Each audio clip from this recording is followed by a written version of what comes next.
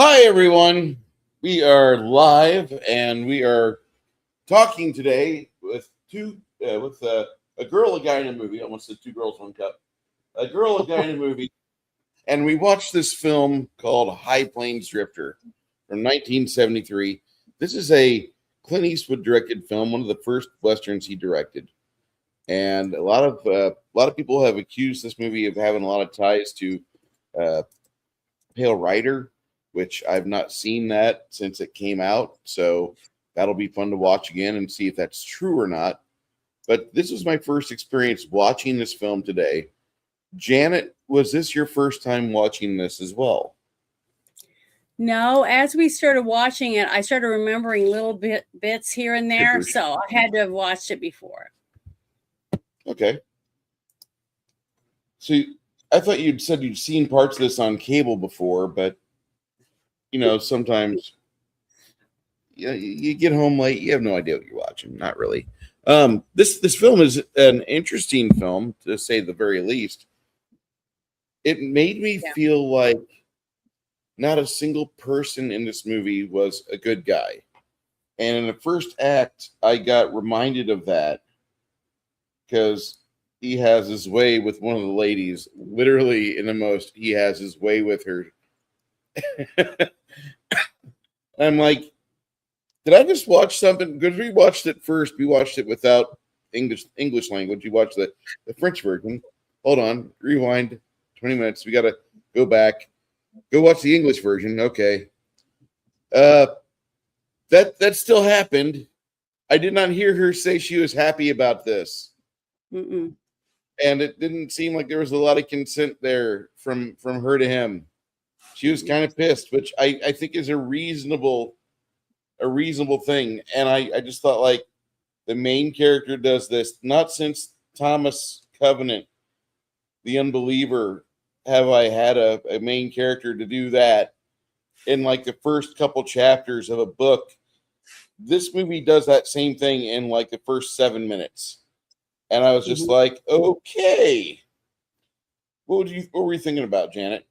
Well, I know you got thoughts.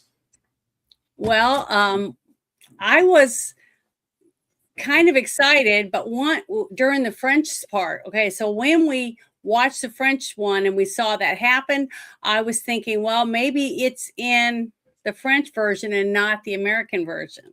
See, that's what I was thinking. So Yeah, then yeah. when we started it again, and it was still in there. And what was so bad about it was the fact that she runs into him on purpose, and she's a total asshole to him. So you can be mad because she was being a bitch, right? But still grabbing her and screaming and kicking in broad daylight in the middle of town and dragging her into a barn, throwing her on their hay, and then having his way with her while she's screaming and fighting him. Uh, it it it ruined his character for me. So even though at the end you find out that he was whipped to death, and it's his like wraith or his Revenant. reincarnation, yeah, to be able to fight back and get revenge, and then go where he was supposed to go when he died.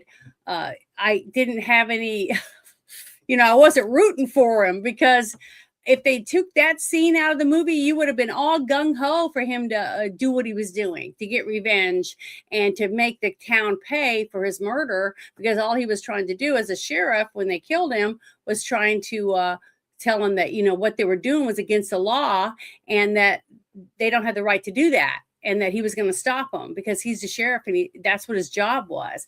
And the whole fact that the preacher is constantly preaching, you got to do this, be good to your neighbor, blah, blah, blah. You can't do this, you can't do that, during all the meetings they were having. And he was in on it from the very beginning. I mean, it just Part of the pissed me off problem.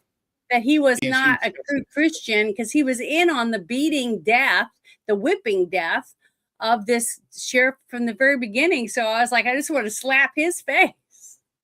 So it was just really hard for me to have sympathy for any of these people during the movie, even though there's a lot of good actors and good stuff. But I love the little dwarf guy. I just loved him, and I loved some of the things that happened to him, like when he became the guy they wanted to hire when the High Plains Drifter became the guy they wanted to hire. You're talking about Billy Curtis, by the way. Billy Curtis played actor. Mordecai the dwarf. Oh, Yeah, I loved him. He was so great.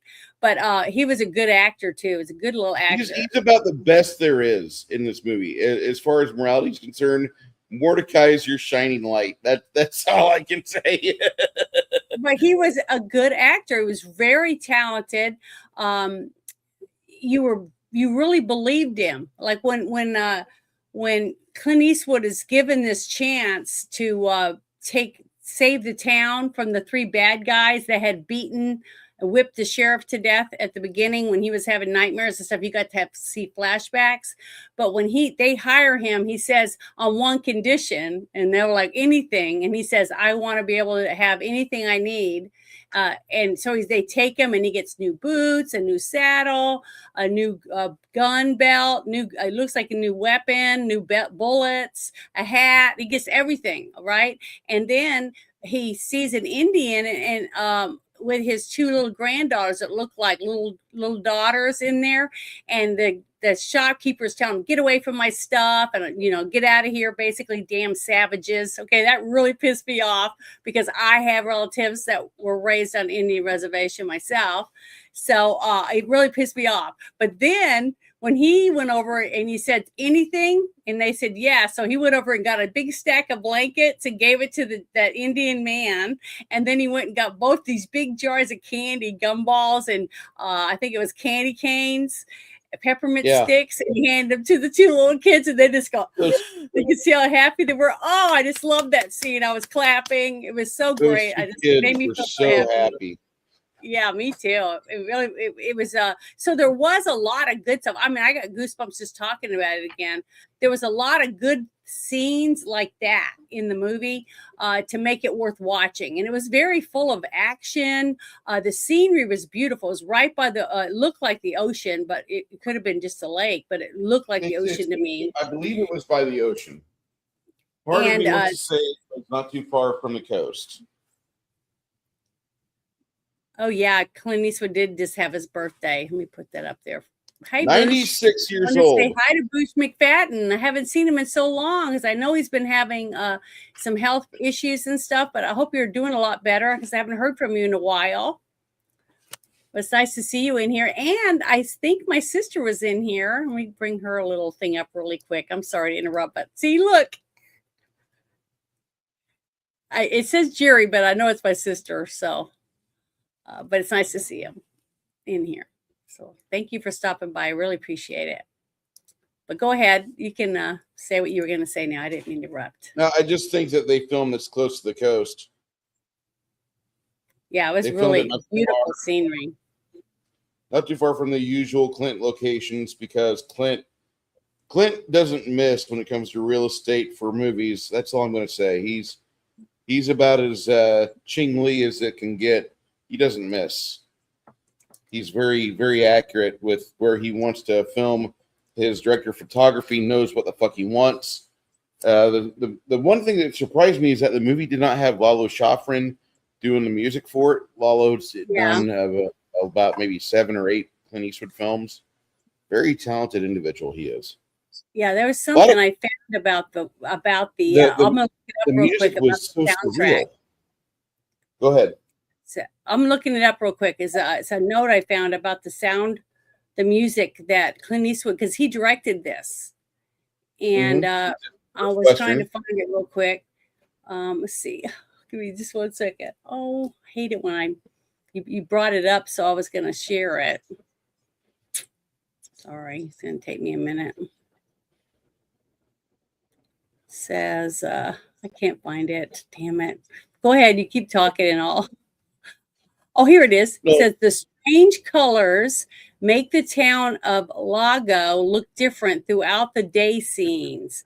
Clint Eastwood supplemented this with eerie music, ideographically looking photography, to make it stretch a little and stuff like that, as well as weird dream sequences, all adding to the supernatural atmosphere of the movie. That was all chosen by Clint for the music and the eeriness of it. And it was kind of like, I was going to say, it kind of reminded me of someone who might be smoking a lot of weed or something, getting behind the camera.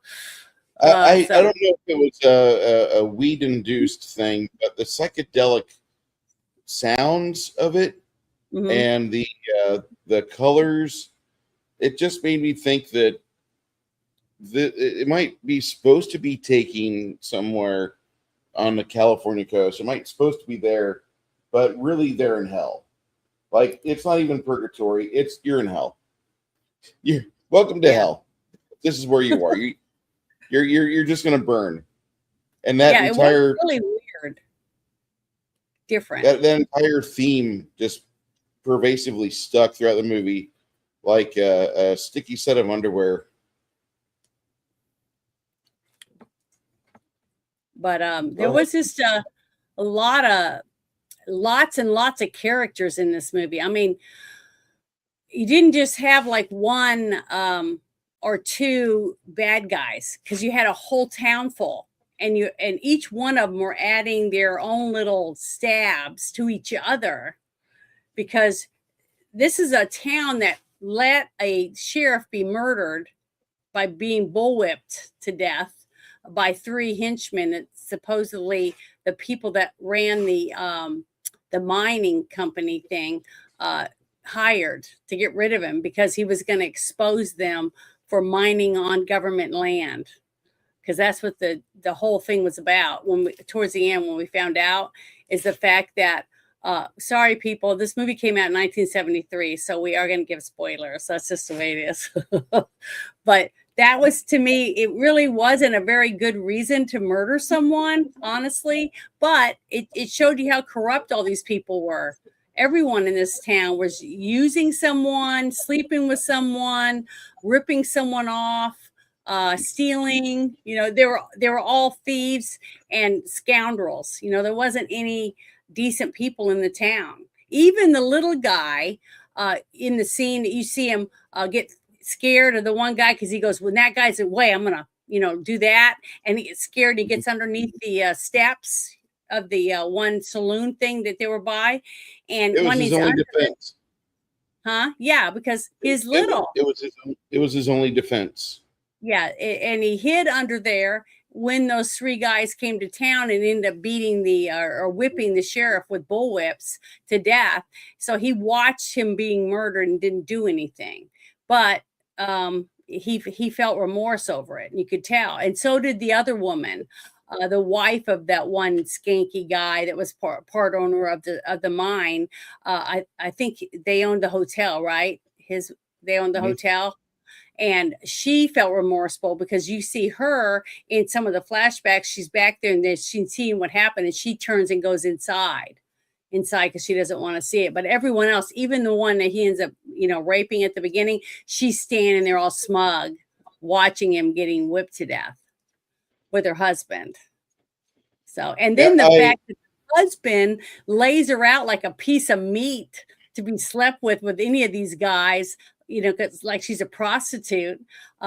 Why she had any respect for her husband in the first place after that, when he says, "Oh, you could deal with it," or whatever it was, like it was nothing. That was disgusting and repulsive to me.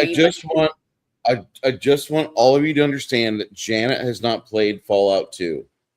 And once Janet plays Fallout 2, she might get a little bit of a different mindset. But we have to wait for that day to come. And the reason I say that, Janet, is that's a post-apocalyptic. I haven't even played Fallout 1 yet.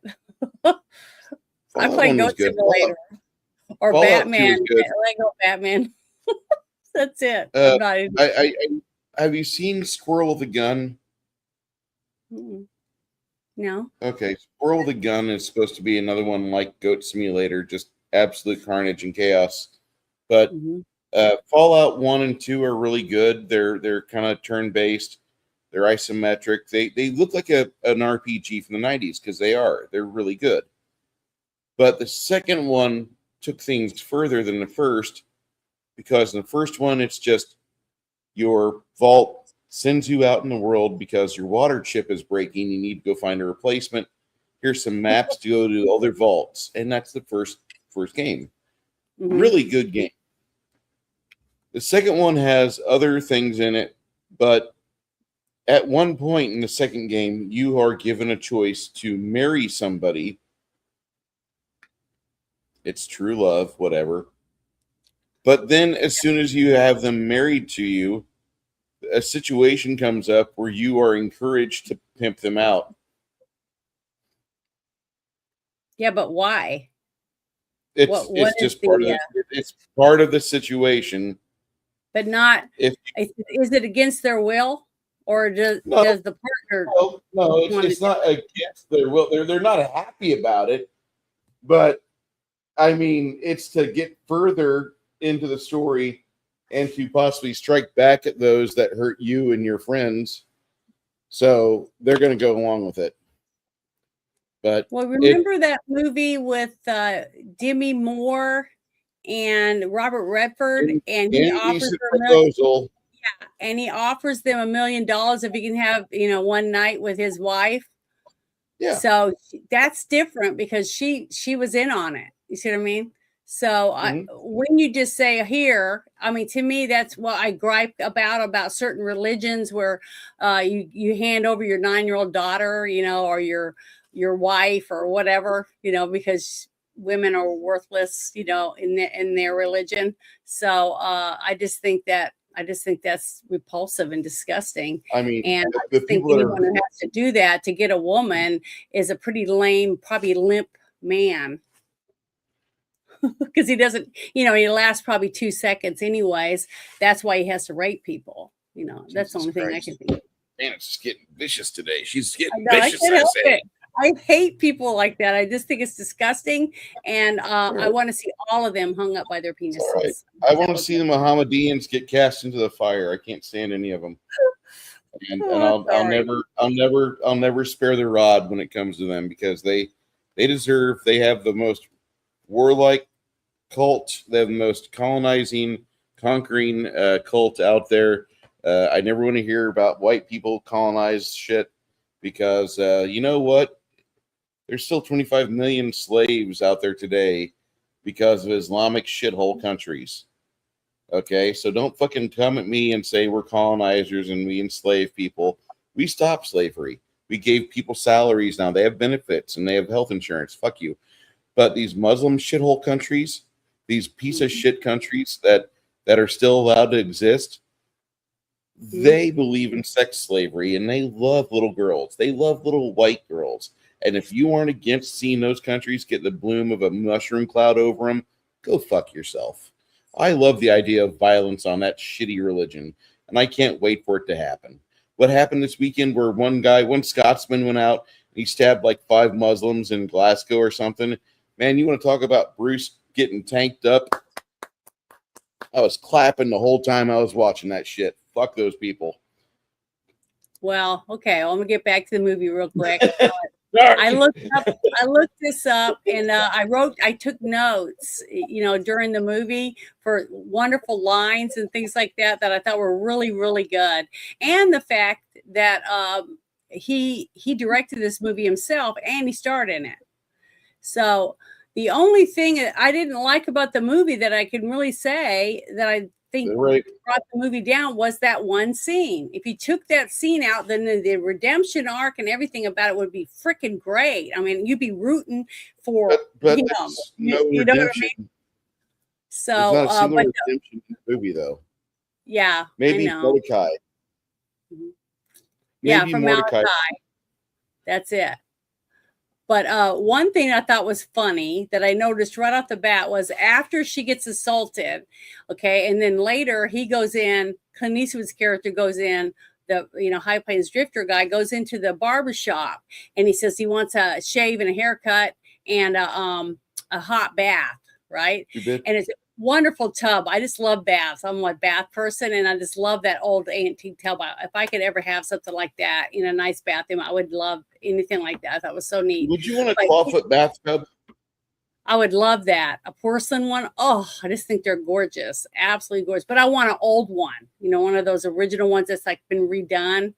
And if you could put a couple jets in it, because they're real deep, and when you sit in them, you're like that, and 2 people could get in there. Well, I know nice. why you want it, because you can sit all the way in it, and your knees nor your boobs have to be above the water line. I get it. I get it. And bubbles, you can have all the bubbles and some candles. It's just nice. But that scene when he's in the tub, and then the sheriff of town pulls up a chair and sits down next to the tub to have a conversation with him. I just thought that was really awkward and weird. And I couldn't help it. Every time I saw that sheriff, I thought of the guy from Gilligan's Island. Did you? Nah. He looked like the skipper. He looked like the skipper through the whole movie. I couldn't help it. But that's who he reminded me of. But then that woman that he had accosted in the barn, she comes bursting in with a gun. She starts shooting at him, and you see the water splashing 3 times, but their water doesn't drain out. And I've watched, I don't know how many gun shows where they're shooting through skillets, all kinds of cast iron pans and all this stuff. And this is a thin tin bathtub, right? And it's still got water in it. It would have been drained out with 3 bullet holes in it, right? So that was kind of lame. That really, I don't know. I just thought that was stupid. So I wrote that down. And then the other thing was when he said,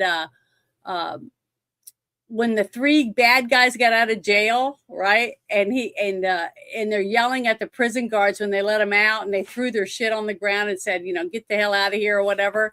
And then they go, well, where's our horses? Like that. And the other guy goes, what do you think you've been eating for the last 3 months?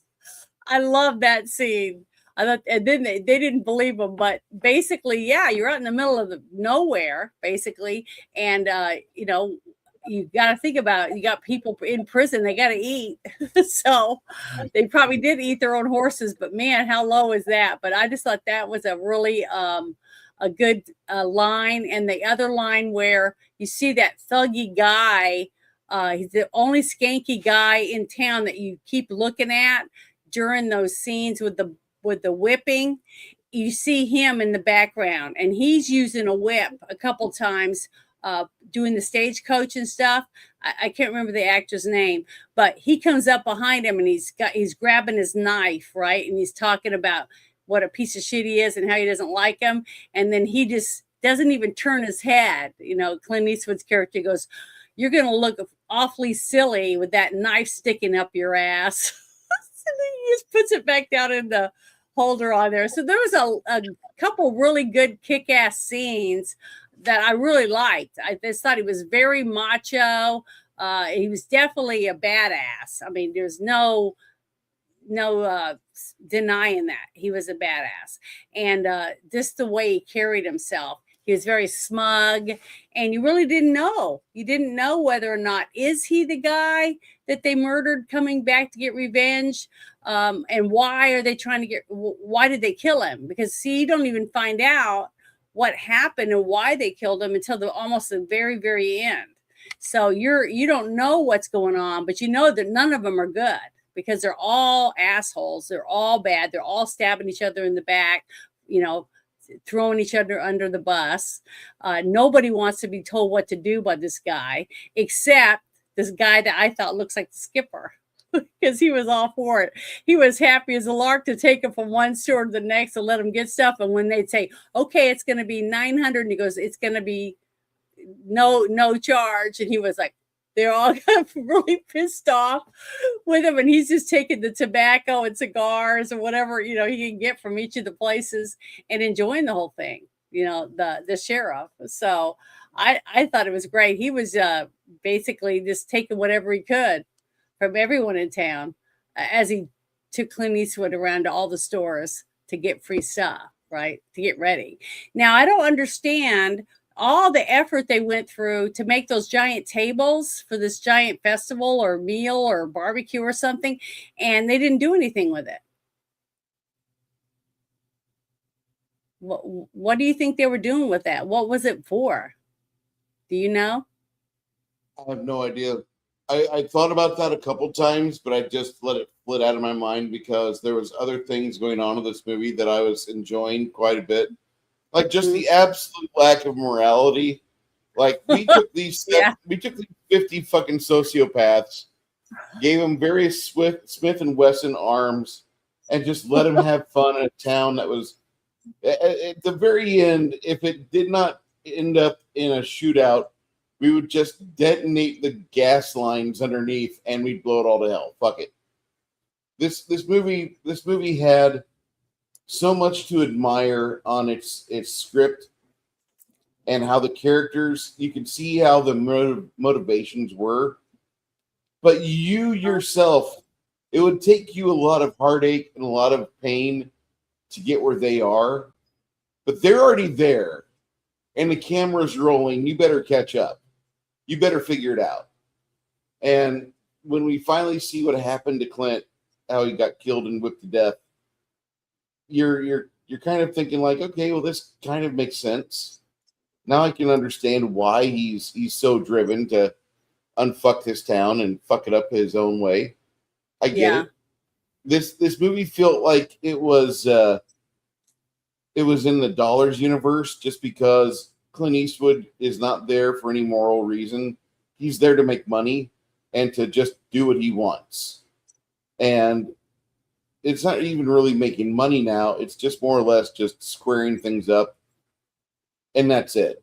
And I didn't like the fact that if he's a revenant, he didn't really look like the guy before because nobody said, "Oh, look, it's the old sheriff." Nobody did that. Nobody had a look of, "Oh my God, you're back." And I was really hoping if that was the case, they would have done that. But instead, it's like he wore a different skin suit to go into town and be a complete asshole and upright, just completely table flip everything in the town, which Well, the is scenes okay. though, Go ahead. the scenes where he had the nightmares, it was him. It was him laying on the ground with all the lash marks and stuff on him. Even though in the flashback scenes of the actual whipping, it wasn't him. But when he was laying on the ground, they did the close up, like when the young Malachi was under the porch, right? And he sees him Yes. laying there with the lash marks. He sees the High Plains Drifter's face, not the other sheriff. See, so he had a sense that that's who he was. He felt it that might be him, and so did the wife of the hotel owner, the one who went in that wouldn't watch. She kind of thought I wanted it the to thing. be more noticeable. I really did. I felt like they could have made it a bigger narrative beat when you already know what's going on, but yet the side characters of the world in this movie start to get it. I would have liked it better. And I didn't want them to have another character. The Buddy Van Horn plays Jim Duncan. I wish they didn't have that. I wish it would have been Clint Eastwood the whole time. And when they see him, it would have been like, "Oh my God, you're back." Because there's just some things you can do a little bit more narratively than with the way this was done. It to me, it just felt kind of disjointed. Yeah, but I mean, honestly, you're saying it would that have you're been saying different for me if they did that. And the reason I'm sorry I'm interrupting, but I'm worried I'll forget my point here. My the fact, remember how upset you and I were both talking in the chat where we were watching the movie during the scene where he's raping the woman in the barn. Remember that? Mm-hmm. Okay. So if we knew right away that it was him, instead of thinking it might be as a relative or we don't know for sure because they didn't make it definitive until the very, very end, right? Yep. It would have made me even more mad, I think, if I knew it was him for sure and he raped that woman in the barn. It just I really would have got pissed off, I think. But see, I had a while there to simmer, wondering, what's going on? Because why would he rape a woman if he's there to get revenge and they murdered him in the street? I don't know. There's a movie or there's a book series called Thomas Covenant the Unbeliever. And it's kind of like this, written by Stephen R. Donaldson. Mm-hmm. And this guy is a leper. and he just takes a nap one day in the woods, not too far from his home. Yeah. When he wakes up, he's got his fingers. He's like, what the fuck is going on? I can feel my fingers and shit. And he starts kind of getting excited because like he can have sensations in his body now. And he meets a young pretty girl who's part of she's part of a church. And as she sits down with him, he's just kind of going nuts in his head. This is the first like 3 chapters of the book. And he's like, my God, I can feel my penis getting engorged. And she's like, what? And he just throws her on the grass and he fucks her brains out. And that really turned off a lot of people in the 70s. Although there were some people in the 70s thought that was great writing because some pro-feminist stuff was actually just pro-rape stuff back in the 70s, Yeah. fantasy and science fiction literature being what it is. It's a dumpster fire. Just accept it. Sometimes it smells like a Denny's at 3 a.m. Sometimes it smells like a Planned Parenthood at 8 a.m. We don't know. Well, the dumpster fire that is literature, this book series actually is kind of good, but the characters are fucking morally gray. And watching this movie here reminded me of Thomas R. Covenant story, or Thomas Covenant story, or the Stephen R. Donaldson story. And there's a series of them where like he meets up with Lena again later, and they had a kid, and he doesn't really atone for it, but he's able to be accepted because that town wanted to kill him. And this book reminded me of this story because when this movie first starts off, we really don't know what the fuck he's up to. He just kind of goes into town, gets bumped into by that lady that's just kind of storming around the town. She doesn't recognize him, and he's like, you bumped into me. Huh, I felt that. My dick felt that. And he grabs her, and he yoinks her off to the barn and throws her down and takes the powder, takes the punishment to the powder on her.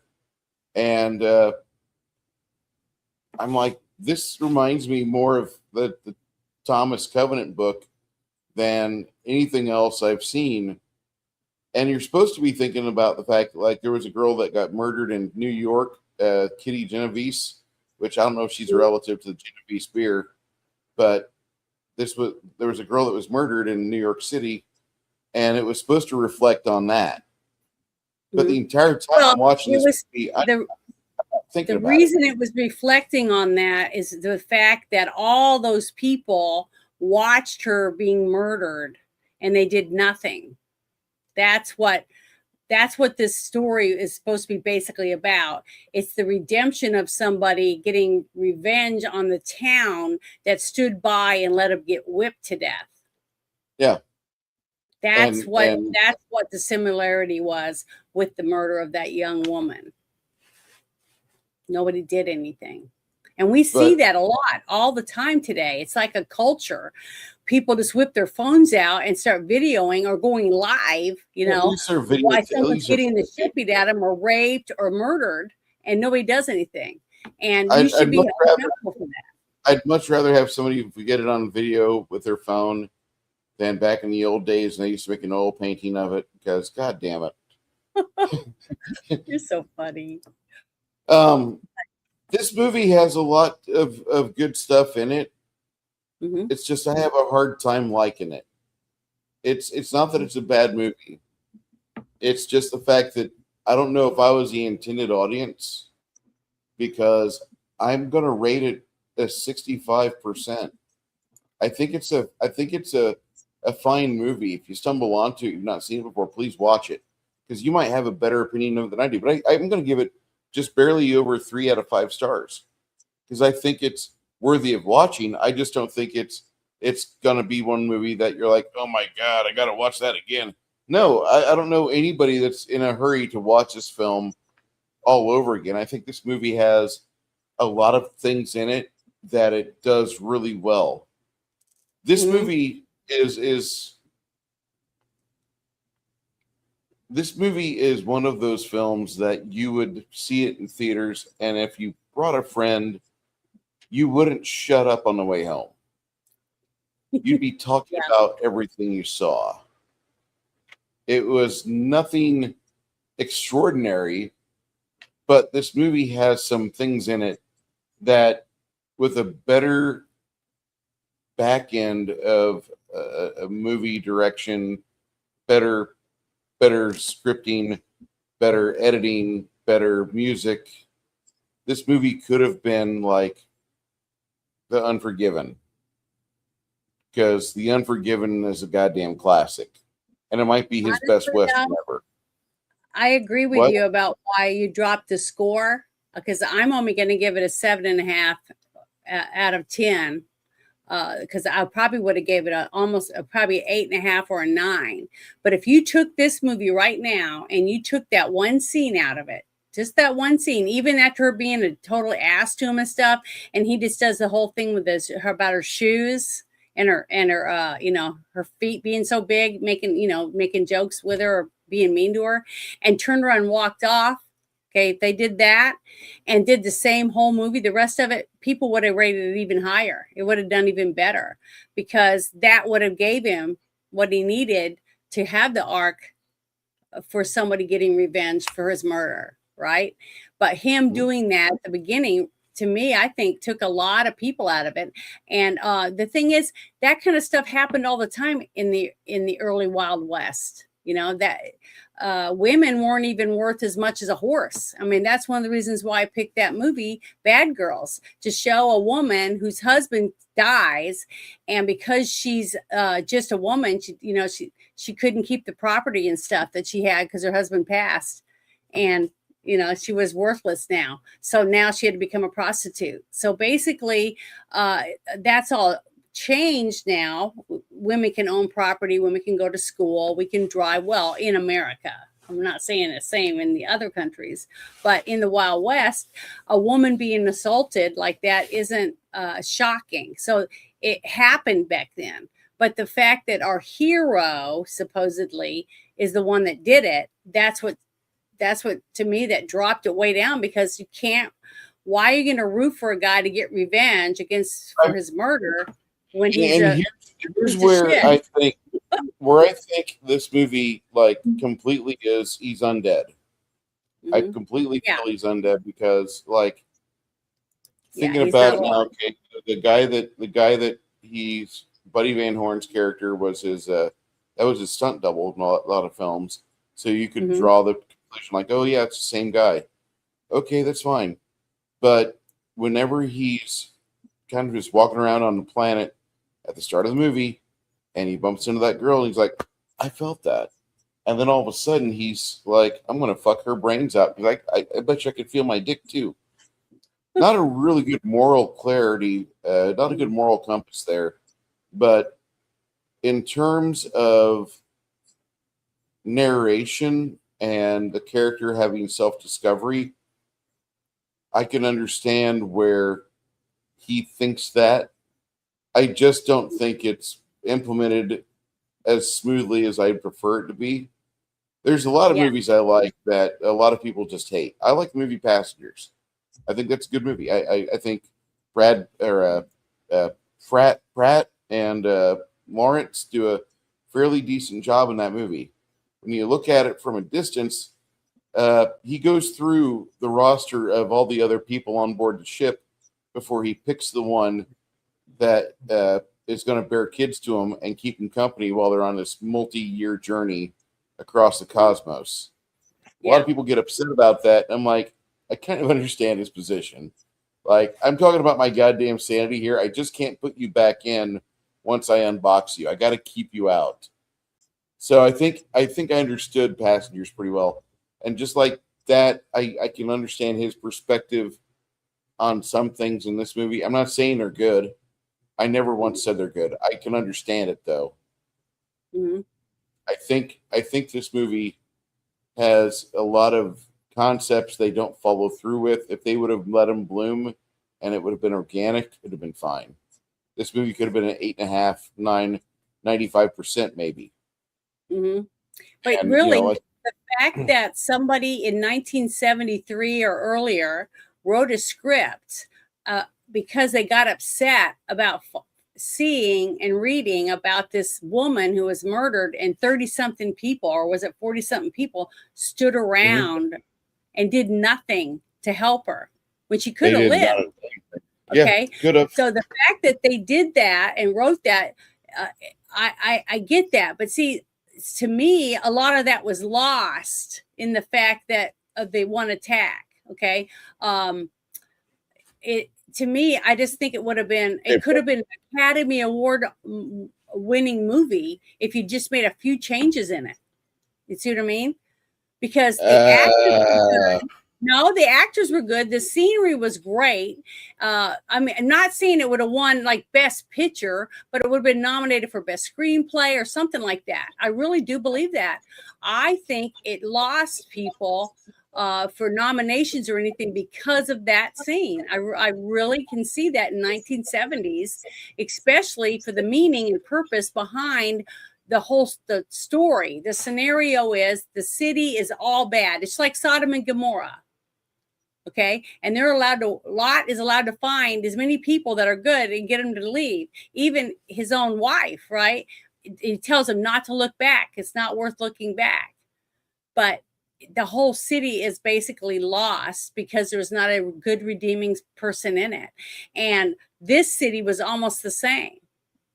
One person left, the woman that was married to the hotel guy. She redeemed herself by her actions while he was there. And so did Malachi, the little guy that got to be. And I was cheering.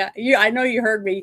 I was so happy when he took the sheriff's badge off and put it on Malachi, and then take the mayor's hat and put it on him. So he was mayor and sheriff, and he got to walk around and order people around for a very short time in his life, but he got to find out what that was like.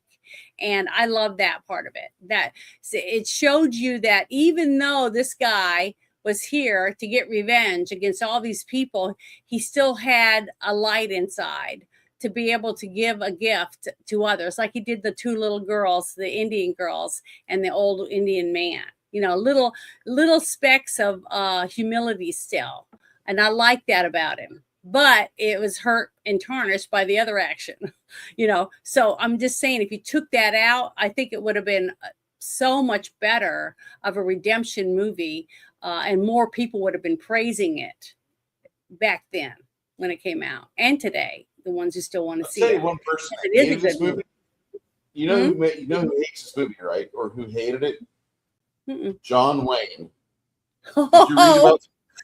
Yes, I saw that little thing. Yeah, he was pissed off. He did not like this movie at all. He thought it was terrible. Like, you got to make a movie together. John Wayne's like, "Fuck you! We can't make a good movie. You've ruined it. You've ruined the westerns." Well, you know, in a way, he's right. In a way, he's right, because John Wayne would never have been in a movie like this. If they tried to hire him, even for lots of money, and said, "We want you to rape this woman in the beginning, but this is what you're going to do," he would have said, "Hell no." He wouldn't have done it. So I'm just saying, I can understand why he would feel that way. And, you know, I don't blame him. But we're different today. People are a lot different. I'm a person, though, honestly, if somebody came to me and said, "I'll pay you $1 million right now if you'll do this, that, and the other, but you can't talk about pedophiles, you can't talk about saving children, trafficked kids, and you can't do all this stuff," I would have said, "Hell no, it's not worth it to me." I mean, I'd love to have $1 million. There's a lot of things I could do with it, pay a lot of bills and help my kids and do things like that, but I still wouldn't do it. I wouldn't give up what I believe in my core, which you've heard me spout about since you first met me. I couldn't change it about myself. I'd feel like I might as well just dig a hole and get in it, because I'm no better than any other piece of crap that just sells their soul for money. I just won't do it, because that stuff's important to me. And my mother I'd be so embarrassed when I died to see my mom again for selling out myself, you know, my being, or who I am. So I really do feel bad for some of these people, because a lot of people do realize that after they've taken the cash or made a change, they wish they could fix it, but they can't, because they already took it. They already took the money. They already got the mark, or whatever you want to call it. Is there something you want me to share? Yeah. Okay, here we go. So the way we're doing this is that we've already watched the Dollars trilogy, and then Mhm. we went and watched. Once we got to Dirty Harry, we watched all 5 of those films. We went back last week. We hit Joe Kidd. This week we did High Plains Drifter. Mhm. Breezy, he only plays a man at a marina. He's part of the back end of that movie, but I'm not interested in Breezy. I'm sorry. Magnum Force is probably the best Dirty Harry film that I'm ever going to watch. Mhm. That was So, fun. yeah, it That was. was- The movie that we will watch next week Well, is, I won't be here next week. oh, not next week, 2 weeks Remember? from Yeah. now. You'll be Mhm. watching this film instead. Oh, I haven't seen this one either. This is a Jeff Bridges Clint Eastwood movie, and I'm Mhm. looking forward to it. I'm looking forward to this movie like hard because I remember watching parts of this when I was a young kid, and I liked it, but my mom thought it was too violent. So uh, I'm really just doing this just because my mom is in her 70s now. She can't tell me to get off the television, stop watching violent television. So I'm Well, just gonna she's a enjoy good the show. mom. She's trying to help you. But someone asked us about Pale Rider. Are we following these by year or something? By year, Right? we're doing this by year. So I mean, just to give you an idea, we got Thunderbolt and Lightfoot. I think we're watching the sanction. I'm going to check that before we commit to it. In There's only been a 3 couple movies in this selection. When Bruce suggested that he wanted to do all these Clint Eastwood movies, which I love Clint Eastwood, I there's just only haven't one. seen all his movies. There, There's only there's one only movie that I picked. We haven't seen it yet, but we'll get to it. hold on. We're watching all of the Clint Eastwood films first off, and I in know. that lump of Clint Eastwood films, one of them is being held off for next year, and that's called Beguiled because that'll be Mhm. our "Fuck You Valentine's Day" episode. And Yeah. then uh, we're watching the other Clint Eastwood films now, which some of them you might like, much like I like, what I like. But we're watching Mhm. Clint Eastwood because he's an American icon, and I don't know any other creators that are out there going like, "Oh, let's watch everything for Clint Eastwood," but that are mostly movies where he No, I has a think this is a starring great role, idea. I think this is and wonderful. nobody else. A bunch of episodes of TV he did, but Mhm. very few things. Once he started up with Fistful of Dollars and he became a phenom, I think starting off with his career in '64, that was where we Mhm. started following Clint on this channel. And we had to do that. There are some things he did before that. He did a episode of Alfred Hitchcock Presents, episode of Maverick, he did The Ambush at Cimarron Pass, which not Mhm. a very well-known movie at all. That's like very, very small film, but he had the third highest billing on it, and we didn't watch it. We probably should, but that's a 1958 movie. That's an hour and 13 minutes. Okay, Mhm. and we'll probably watch that after the end of all this because that's supposed to be a decent film. But then I listen to people talk about it, and it sounds like shit. Whereas, like, if I would have talked to somebody at about this movie at the halfway point, the movie we just watched, I would have given it a horrible review. But Mhm. watching it all the way to the end and seeing how it develops, okay, this movie is not bad. It's a 65 out of 100. It's not Mhm. great. This movie's fun to watch though because it does lead to better things, to other things. Um, and I think by going through all of the Clint Eastwood stuff year by year chronologically, like after we do this, we do the Iger sanction. Then we watch the Outlaw Josie Wales. Our friend James will be there for that. Mhm. He must be part of the review. The Outlaw Josie Wales is his absolute favorite Clint Eastwood film. And Mhm. then in 4 weeks we watch a movie, or 5 weeks we watch a movie that I probably won't like called The Gauntlet. Because as much as I love Clint Eastwood, that little parasite's with him. Sandra Locke. But I was surprised already in the movies that we've watched. how much Clint Eastwood has grown as an actor and then slowly over time as a director. So I've enjoyed that. And the fact that I've seen, golly, over half the movies we've watched already, I'd never seen. Because when you said Dirty Harry, I was thinking Dirty Harry. Okay. Okay. Which one? Because he's Dirty Harry in 5 movies. I didn't even know that. So, and I've enjoyed it. I've loved dressing up as different characters, being Dirty Mary and then Dirtier Mary, just having fun with it. I've loved it. It's been a lot of fun, especially with movies that I haven't got to see and getting to learn so many new things. I love the fact that we watch it in Discord and we get to have other people in there with us and give us their tidbits of information, finding out trivia that I would never have found out if we hadn't done this. So I've been loving this. I just think it's great. But the only movie that I picked, it was one I really loved, was the Bridges over Madison County, because it's an actual movie that I actually watched on my own. Nobody told me about it or anything. I just happened to see a trailer and I wanted to see it. And so when you said we're going to do Clint Eastwood movies, I was like, well, yeah, put that one on the list. I didn't realize we were going to go through it like we're doing, which I think is a great idea because he is a phenomenal director. I mean, look, he just now retired. How old is he? 95 years old? Something? I mean, God, I hope I live to be 95 and I can still work around. 96? 96. See, I mean, who wouldn't want to make it to 96 years old? 96. And that's what I said, 96. You can't hear me?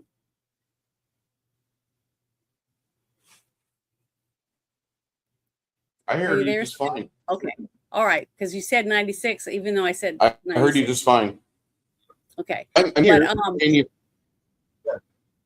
So the thing is that I've been really happy with this. I think this is I think we should do it each year. Pick somebody. We could even do Gene Hackman.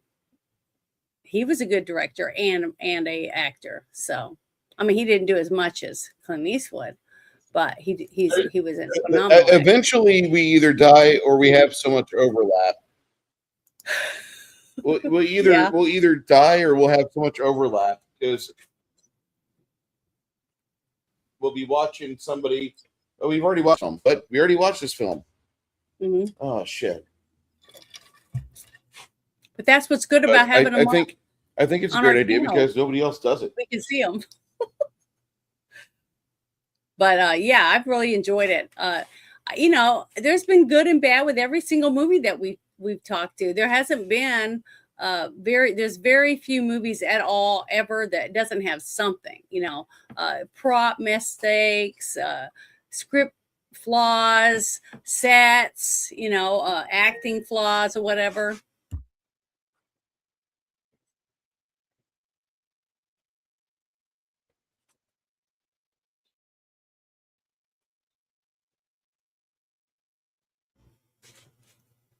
Yeah, that's going to be a good one. That's going to be a real good one. We'll talk about the Dollars trilogy. The Dollars trilogy is great, but I love the first one the most. That's one of the few trilogies where when I saw it, I love the first one. I love the fight between the Rojas and the Baxters. I think Clint Eastwood being a dick and getting between them and causing them all the hatred and vitriol. I think it's great. I think it's a great, well-done movie. And it's so sad that movie is not talked about enough today. Everybody talks about the good, bad, and the ugly. Oh, Tuco. Fuck Tuco. But one thing I did want to tell everyone real quick is the town that was built. It was the one that they did the whole movie in. It was built 300 miles away from Hollywood. 46-man crew of technicians and 10 laborers worked 10 hours a day for 18 days, constructing 14 houses and a 2-story hotel. They were burned down at the end of this movie when it was over. But they did that, and they did it under budget and before their time ran out. So that just shows you what a great director he was, because he was able to get all his people to do their jobs, follow through, finish what they were doing, and nobody got shot with all those guns and shootings and all the explosions with dynamite and everything. It's amazing. I thought they did good. Janet And still talks about the movie Rust. yeah, but even the shooting was even better this time in this movie. From the last movie that we watched, the last Western, to this one, the special effects were 10 times better. Did you see the guy's ear? They got almost blown off. How real that looked. I mean, Yes. you could see everything that Clint's done in all the different movies from the very beginning, especially since he started doing the directing stuff. The one movie that he only directed that one scene in where the guy was going to jump off the building, that was a good scene. He did a really good job. But each time he's done it, he's done a little bit better. Play Misty for me. I think he's improved because he actually seems like he learns from his own mistakes and he pays attention and tries not to do it again in the next movie that he makes. So you don't see that a lot in Hollywood. That's why I don't think as many people are that good at being a director and can stay in the business this long, because he is a good director. There's two types of people out there. People that like Clint Eastwood movies, and then there's people that watch every Sylvester Stallone film that comes out. And I like Clint Eastwood movies. I don't like Sylvester Stallone so much. I think he's interesting. I think it's neat he can be an editor and an actor and a producer and a director, all for the same film. I think it's great. But I don't really like Sylvester Stallone that much. And it's nothing against him as a person. I just disagree on a lot of the choices he made outside of the Rocky series. Mm-hmm. That's all. Well, another thing. Go ahead. But I do like the fact that he was part of the Expendables series. But even those had a time where they were, okay, we're done. And it didn't take very long for the Expendables to get creatively bankrupt. Mm-hmm. Well, it's just that you can only do so much for so long. And as the actors age, I mean, every single time we watch a movie with Liam Neeson in it when he's older and he's running or whatever, you don't like it because it makes him look old because he can't do the things he did when he was, in his 30s. Janet, it's the fucking time where I watched the movie Taken Part 2, and there's 36 edits for him going up the fence. There's 36 edits. Mm-hmm. It's not the fact he's old. You can be old and be athletic. Liam Neeson in that movie looks about as athletic as me. But that's what I'm saying. I'm not the pinnacle of what's the guy with the ponytail that was in all those, movies, and he used to use like a sock with a pool ball in it and sticks and stuff. Steven Seagal, that's his name. Okay, he just got worse and worse, and his movies just went downhill because he started getting pudgy, and he wasn't believable. What do you mean? Him hitting on Katherine Heigl when she was 17 and Under Siege 2 is unrealistic? Well, it just seemed stupid, some of the stuff he did. But one thing I wanted to read was, it said, I found this trivia. It says Universal Studios wanted this movie to be shot on a studio lot. Instead, Clint Eastwood had a whole town built, which I talked about earlier, in the desert near Mono Lake in California. And many of the buildings were complete and three-dimensional, which they were doing really good on it. That was the only thing I didn't like about that town, was you could tell that all the wood was new. Every single building didn't look aged or weathered. It was almost like brand new wood. So that's one thing I would have done different, is I would have put some kind of, stain on or whatever to age some of the wood. Janet's Inspections is a accredited AAA inspection company. Janet can tell you by just a mere look if that's ancient wood or new wood. Well, that was just to make it look more realistic. That's all I'm saying. Yeah. But also the headstones in the graveyard. If you looked when at the end, you could see the one headstone that had his name on. I saw Sergio Leone's headstone. Yeah. So he had different ones on there depending on.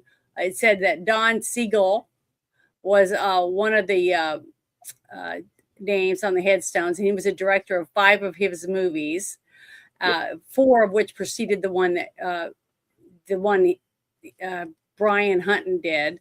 And then it said that Kelly's Heroes director, Brian G. Hutton, and then it was Patrick McGilligan. He's the one that wrote the biography of Clint Eastwood, I guess. So he buried all his directors, is what he said when they asked him about it. So all the directors that directed his movies before him, he put on headstones in his thing. See, that's another thing that you'll see if you're one of those people that likes to dig around in trivia. Like I said about producers, a producer will come and say, well, I'm putting this much money in and I want to put my granddaughter in one of the scenes, or I want to put my dog in a scene, or, whatever it is. And they have to accommodate for the producers because the producers are the ones paying the bills. So a lot of changes are made, on that day, whenever the producers just show up, because they always have chairs near where the director is at, set up for producers to sit at. And they just walk around and they can see whatever they want. And they always have it open and ready for producers to show up on all the sets because they're the ones paying the bills.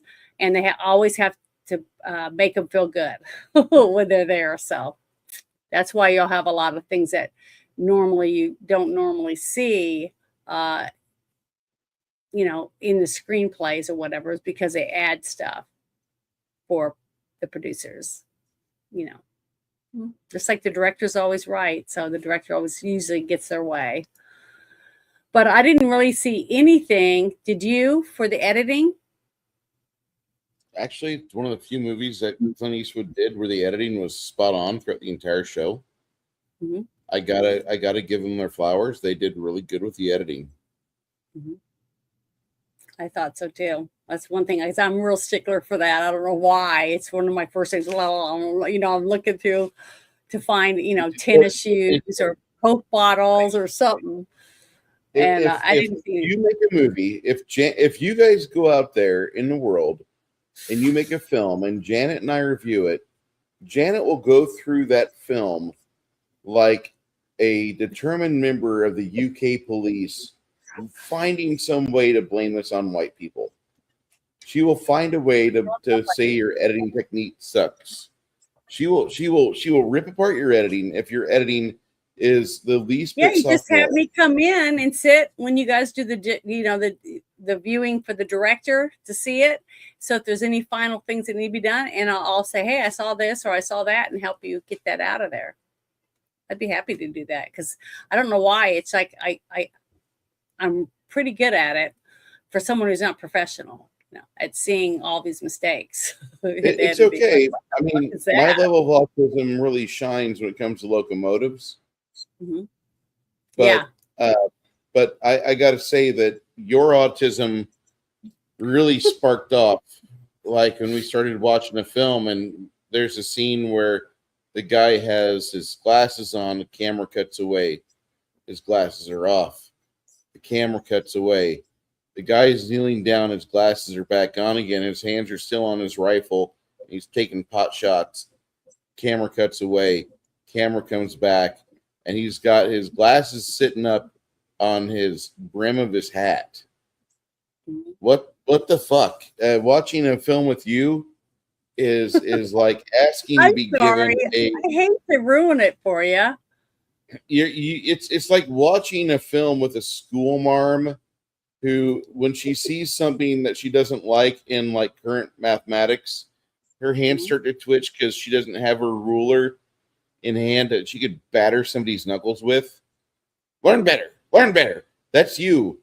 But instead of arithmetic being your tism is, can you please make it look fucking cohesive?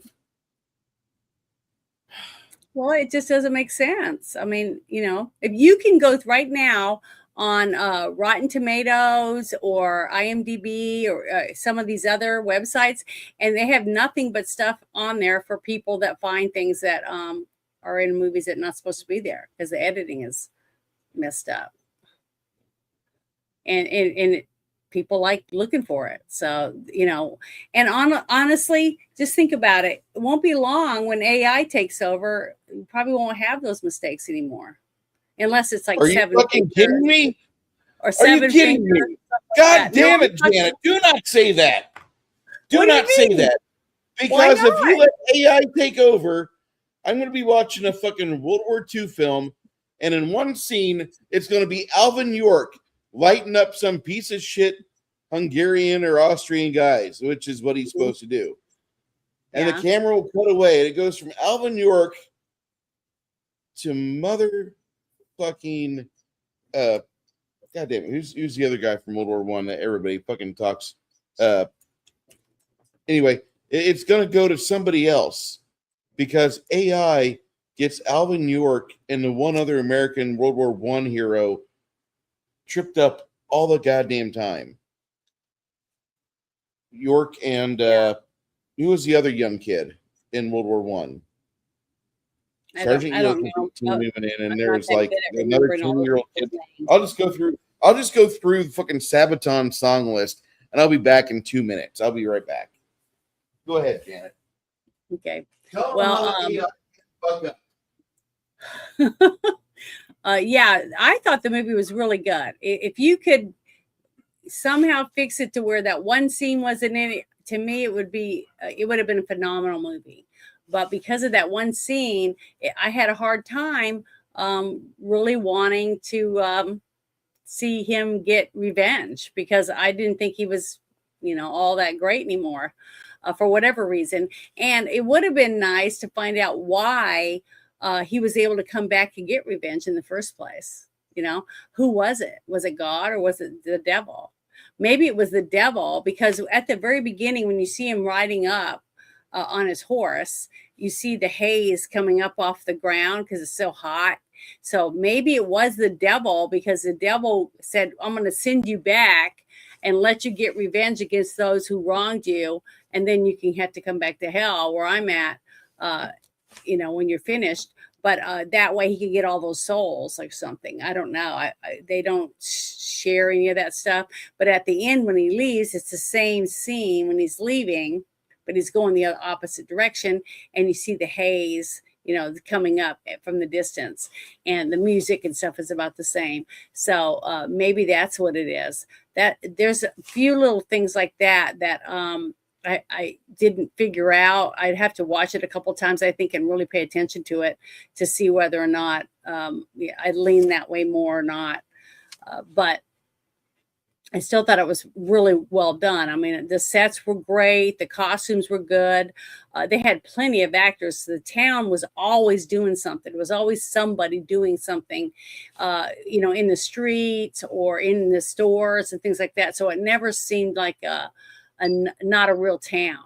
There was always something happening. So it seemed believable when it came to that. And plus, I really did like the scenes when they went around and you could see the streets. And then across the way behind the buildings, you could see the ocean, the edge of the ocean. So that was really pretty. And it was a beautiful scene because that's the first thing I wrote in the chat was beautiful when I saw it, when I first got to see it. But go ahead.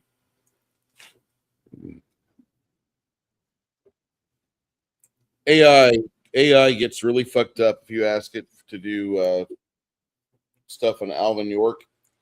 Yeah. And it will an Audie Murphy material, and it'll try to draw Audie Murphy.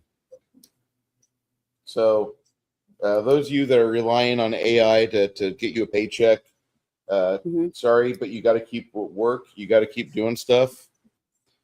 And I know that disappoints some of you, but I'd rather see your work anyway than what a computer could foul up on things. Because as much as I love computers, and I really do. Mm-hmm.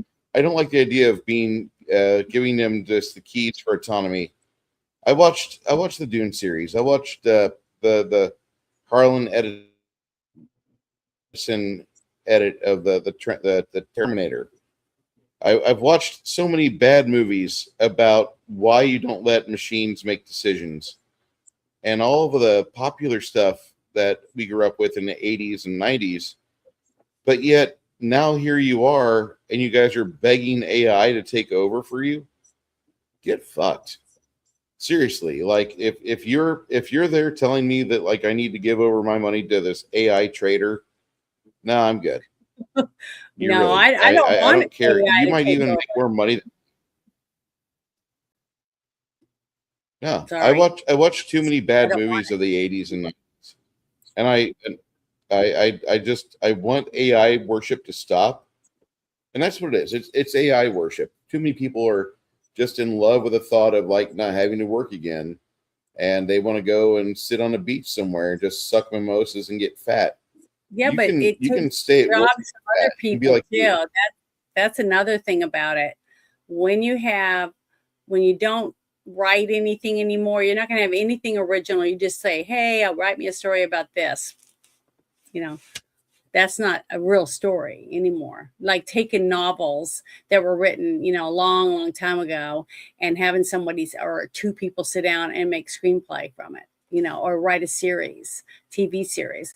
But one thing I thought was interesting because in every single thing, watching TV or movies or any of the stuff growing up, you had a person, a location manager, a person that would get a script and he would or she would drive around or get online or whatever it was, fly different places trying to find locations to film scenes to put a movie together or most of a movie in one area because they can find as many locations as they can, places to have all the vehicles and that can accommodate the feeding of the people, whatever it's going to take, especially like Lord of the Rings.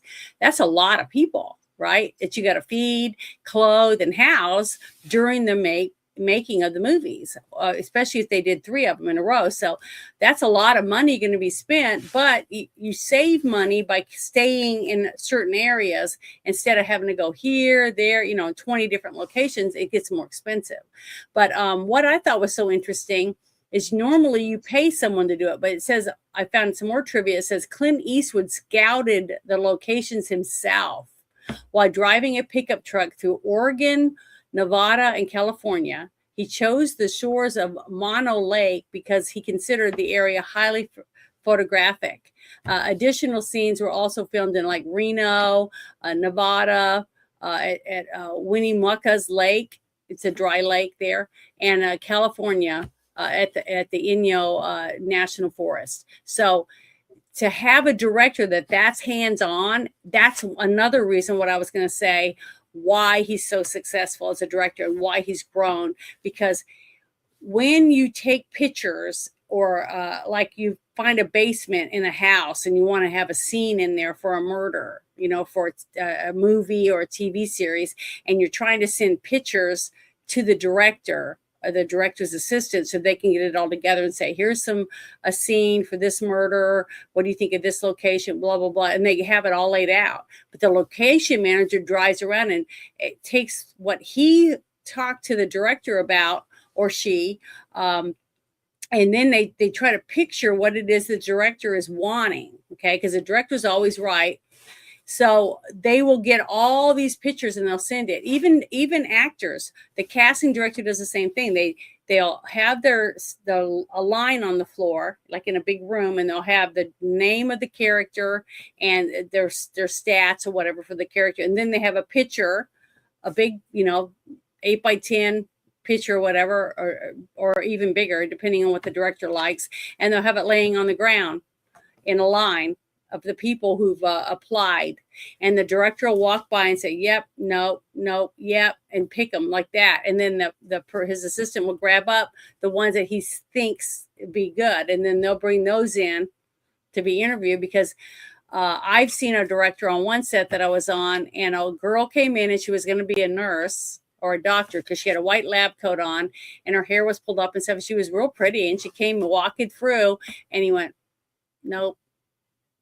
he wanted her gone. And then later I heard him talking to a couple of the people and he said, she looked like my ex-wife. So he didn't want her. It didn't matter that she could act. It didn't matter any of that. If he doesn't want to work with them, he's not going to take them. So you just don't know. And that's the whole thing. I went into one set and I was there hired for a specific position in this TV show. And the director came up to me, or not him, but the assistant came up to me and said, we want to give you this part because he thinks you're better for this character. And I was like, well, I can't wear that uniform or whatever it was. And they said, don't worry, we'll take care of it. But it's always the director. So I ended up getting a totally different part, which was basically bumped up just because the director's vision of what he could see when he sees the set and sees the actors that are going to be in it, what's going to happen on it. So you never know what's going to happen. But I can definitely say, and I've said this a couple of times as we've watched his movies, his growth as a director and how to pick and choose things, because he's the one that picked most of the actors from Play Misty for me too. He picked the actresses that he wanted for the characters, and I thought he did really good. And I think he's gotten better. So I'm excited about each new movie that I haven't seen just to see the difference in it. And I know a lot of people don't like certain actors or actresses that he's chosen for some of the movies, but even Bruce and I didn't agree on the one with Sandra Bullock in it that we watched. What was it? Which one was the name of that one again? Bruce? The one with Sandra Bullock that you didn't like her in? That was Sudden Impact, I believe. Yeah, the one that she was raped, her and her sister, that one. Sudden Impact. I loved it. I thought it was really good. Even though it was Sandra Bullock, I thought she did a good job considering the part that she was playing. So that's what I'm saying. Different actors bring out different things to each of us. You know, we grab a hold of certain things, and you might really love one actor. I mean, I like Tom Cruise. I think he's a phenomenal actor, but you know, I wouldn't really go out of my way to go up and shake his hand or anything. I just don't really like him that much. I just don't, he doesn't knock my socks off. I just don't really like him as much. And I feel that way about a few actors. But there's other actors that I just go, oh, and I probably wouldn't even be able to talk, you know, like I was when I met William Shatner. I was almost speechless. I was fumbling and, you know, just very nervous because I was very excited to get to meet him. And we all have people like that we want to meet in person. And it just makes us act all giddy or whatever, because there's something about him that we love. And I can tell you right now, this guy right here, or this guy, or that direction, there we go. He definitely would do that when he met a certain actor, I think, from his favorite movie. Have you ever met him in person?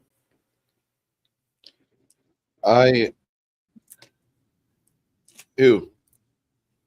Your favorite actor. Have you met him in person? Who, Janet? No. From No. Big Trouble in Little China. If I ever got I've never met Kurt Russell. To meet him, if I ever got the chance for you to get to meet him, I would set it up for you, because I think that would be wonderful. That's really sweet of you. I love you for a lot of reasons, but you don't have to do that for me. I've already met Bruce Campbell, because I think you would. It would be make your day, that type of thing. Because everyone, it would make my year. But well, I just think it'd be great. If you ever get the chance to go to a con, okay, whether depending on what type it is, that you like horror movies, if you like action movies, comedies or whatever, and you can go to a con, local one close to you, and it has one of your favorite actors in it, I'm telling you, it's an experience you guys will never forget. You will absolutely love it. Even if you just go there just to meet that one person and get in line and get to meet them, talk to them, and then go home, it's worth doing it. You guys it's an experience that you'll have for the rest of your life, and I definitely think that you should do that. The reason why I don't want to meet Kurt Russell is the same reason why I like him. I like him because he is so grounded, and he recognizes that once the cameras are off, it's time to go home and play with Goldie and go do stuff with Wyatt and be a family man. Now, yeah, he's got grandbabies now, and and he's doing his best to do that. And the movie of his that I've actually watched more in the last 12 months. I've watched a movie more in the last 12 months than what I ever have before, and that is uh, oh shit, what is that? The movie about the Deepwater Horizon. Mhm. I've watched more of that movie thanks to YouTube Shorts in the Mhm. last 12 months than what I ever watched of it when it was on cable or when it was going around on the pay channels, HBO or anything. And it's not a bad film. Have you seen it? I've seen some of it. I haven't seen the whole movie. Okay, we'll have to put that on the list Okay. I because also want to do that other one where he's a fireman. Have we done that Backdraft. one? Yes, Well, I'd like to do that one. where That's one of my favorite movies by him. Besides The Thing. The Thing is my very favorite one by him. But that Backdraft is one of the right under there for me. the Backdraft movie is interesting because that movie hit right as like all my friends were getting of age to be volunteer firefighters, Hmm. and all the guys that wanted to live in town the rest of their life and not move out of a 300-person community. They immediately thought Backdraft was the greatest film ever made. And when I watched that movie, I saw the goodness of the film. I saw the way the movie was made, and I saw how they did the fire effects. Hmm. Robert De Niro's perfect. Sutherland's perfect in that movie. Carradine's good. Everybody in that movie just knocks it out of the park. Hmm. But Very then well. the problem I have with that movie was the fans. And watching my neighbors and all of these people that thought they were badasses because they were fucking town volunteer firefighters. And Yeah. if that was some blows, stay out of my way. I'm going to be the first one of the fire trucks. I'm going to be driving it. Don't you worry. I'm going to save someone's life. Mm-hmm. I don't give a shit. So I was a volunteer firefighter for a little bit in 2004 because I had the time to do it. But I rapidly did everything I could to make my life to where I could do something useful and not wait for a fire. And for those of you that are volunteer firefighters, thank you for doing that. A very thankless job. I don't want to do that. I want to be recognized for what I do, and then when it's my time to go home and kick my feet up, yeah, I'm gonna fucking do that like I did all weekend. So Yeah, it's what's really sad is a long time ago, like back during Little House on the Prairie times, the whole community worked together to put barn fires out and other fires out in town. They all did it, they all tried to make sure they saved it. But once you got farther into the future, you couldn't do that because you get sued. Let's say you're supposed to go there and help them and you don't get the dog out or you don't get the grandma out fast enough and she dies of smoke inhalation and you're with the volunteer firefighting, then you can get sued and lose your home and everything because you were trying to help your community. So it's gotten really bad because lawyers have really screwed up our country. I can say that for sure because they've taken away so many good deeds that people used to do. I mean, that guy, trying to remember the guy, he dived in the water when that woman was floating around after the Potomac crash with the plane that went off the runway. Remember that? yes, What are you laughing at? I just had a bad thought in my head, so I put it in the comments because Oh, we're talking about Backdraft, and Josh was like, "Backdraft is great, not to be confused by Blackdraft."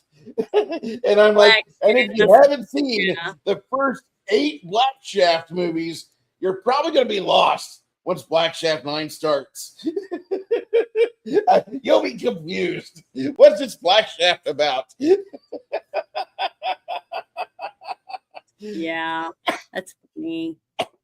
I'm not sorry. That's all right. All right. You got to be yourself. Anytime I can reference the Backdoor Babes 20 movies, and get a joke out of it. I'm going to milk that one as much as I can. Let's see, do they have like movie reviews for porn on here? Not on Does someone do here. that? I'm pretty certain.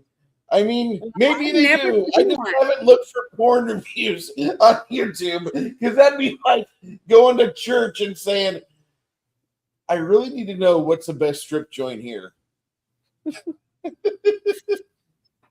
Hey, I guarantee you, if you probably go to church, you might find quite a few people that can give you the addresses. Hate to say that, but nowadays. But yeah, I'm glad you got a giggle out of that.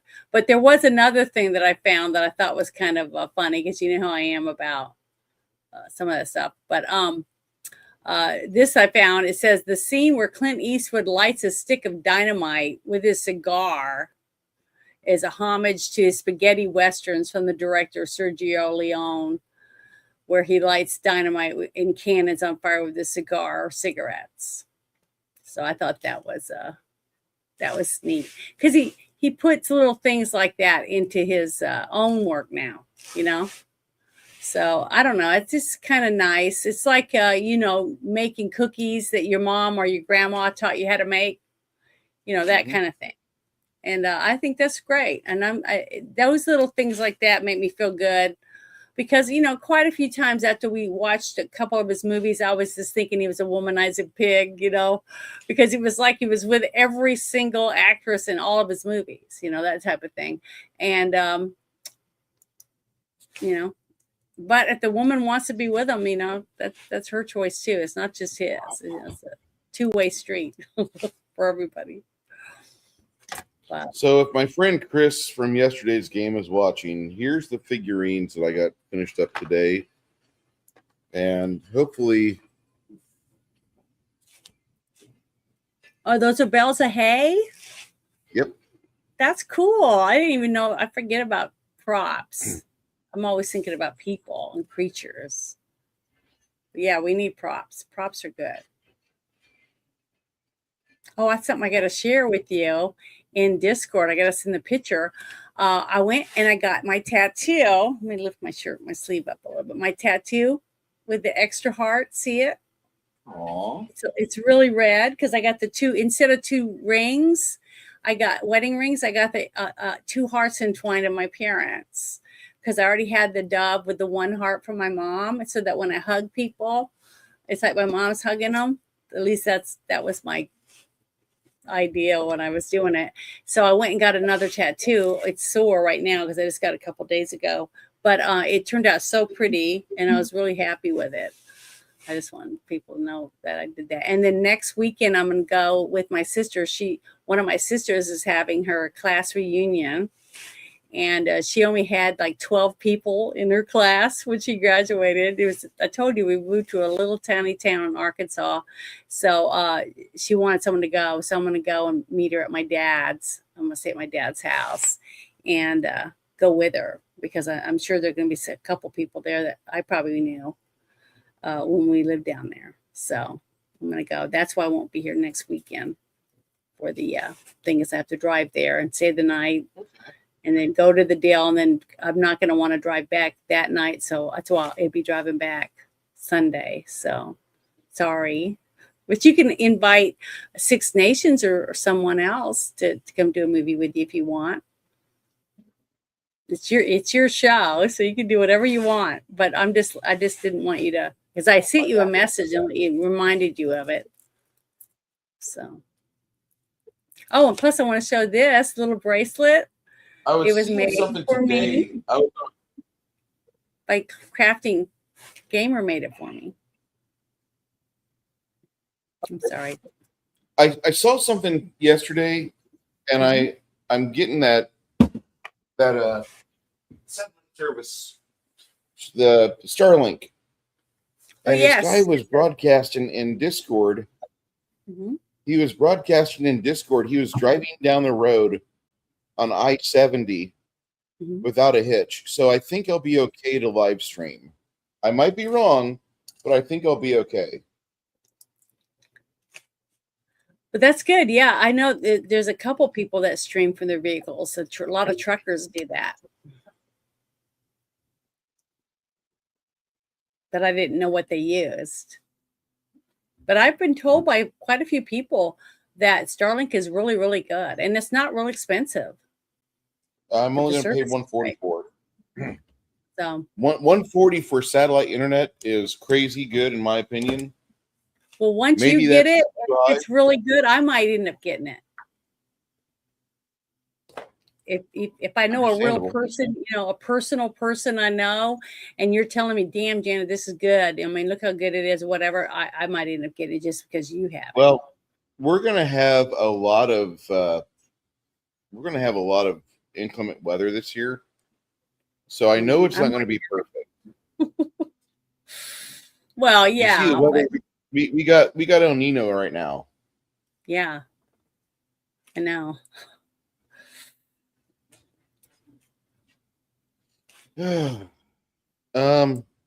Next week we're watching Thunder, or not next week. Next week will be a paint week. Okay. But then the week after that we watch Thunderbolt and Lightfoot, and then we watch Outlaw Josie Wales with James, Mhm. and then after that we'll just keep going through the Clint Eastwood series of films. I really am enjoying this. I mean, I know Clint Eastwood's not like my favorite person in the world, but I appreciate him very much for the work he's done. He's not a moral clarity guy either, because a normal person. He's just a normal guy. I don't have hero worship about him, but I understand where he's at, and I understand that when he went on location, sometimes he was lonely or he was horny or whatever. Because I've been a dude for all my life, and I love going somewhere new and getting vacation poon. I don't think anybody does. Remember too, he can't just walk up and grab someone and start having sex with them. If the woman, come on, damn it! But the thing is, what I'm saying is, all these women, like that one guy said, that interview, that one guy from that one, I think it was the second Dirty Harry movie, and when he said his door was like a revolving door, the hallway always had women in it that were leaving Clint's hotel room. So the women were willing. It's not like he had to drag a bunch of people up, like what's his name? He didn't have to pay. Yeah, he didn't have to pay. He did pay, but he didn't have to like beg them. You can't knock him for that. I mean, look at like I said earlier, Elon's got what, 17 kids with all these different women. So if a woman wants to be with a whore dog guy or whatever, then let them. I mean, that's their decision, that's their choice. And if you're a 65-year-old man and you've sat on a piece of ice for the past 20 years, you can meet my friend Janet somewhere in Little Rock. I don't want a frozen ass guy. I want someone with a warm ass.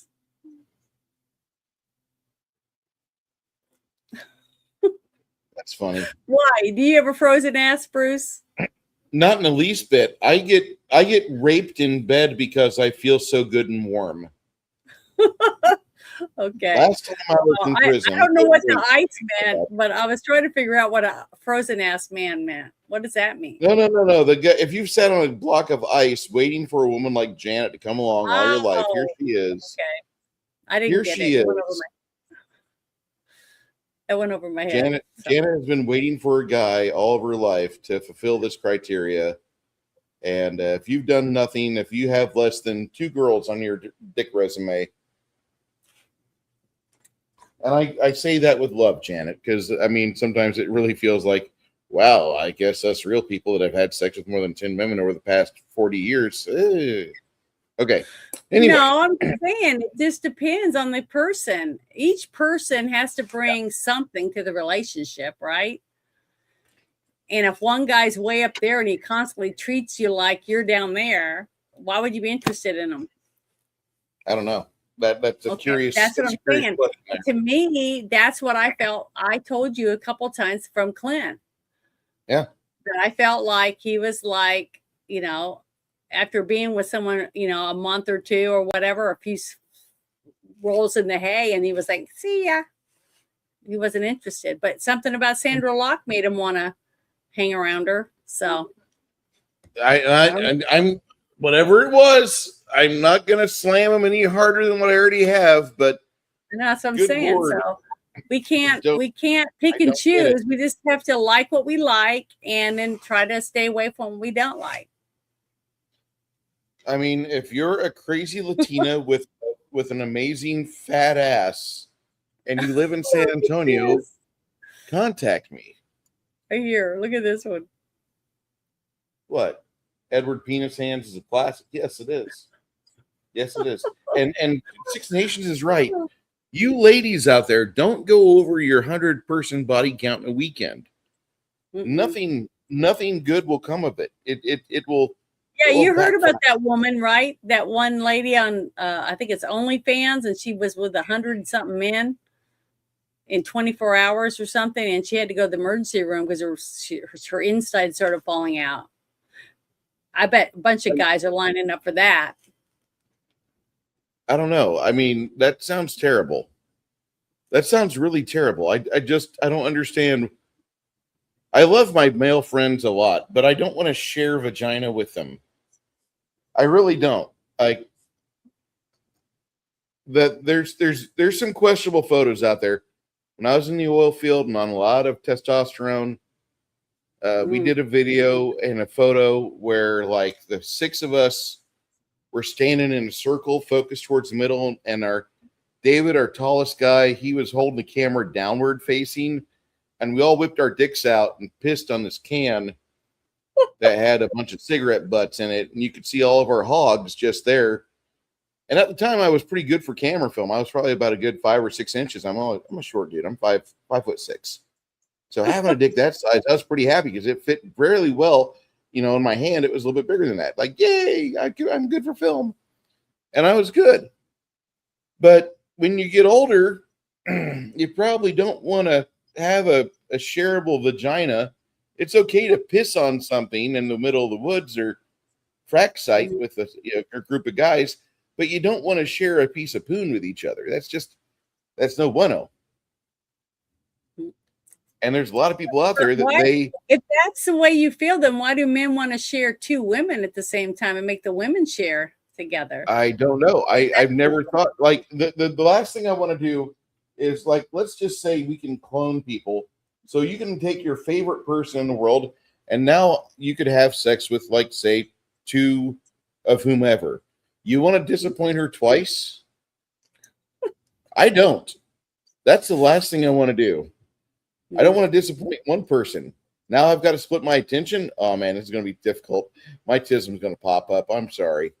Trains. So I've had a couple of guys talk about that in some spaces, in some of the late night spaces. You know, that kind of stuff gets brought up, and they were talking about having 2 women. You know, at one time and stuff. And I'm like, why would a man want to do that? Can't even please one woman. Why would he want to try to please 2?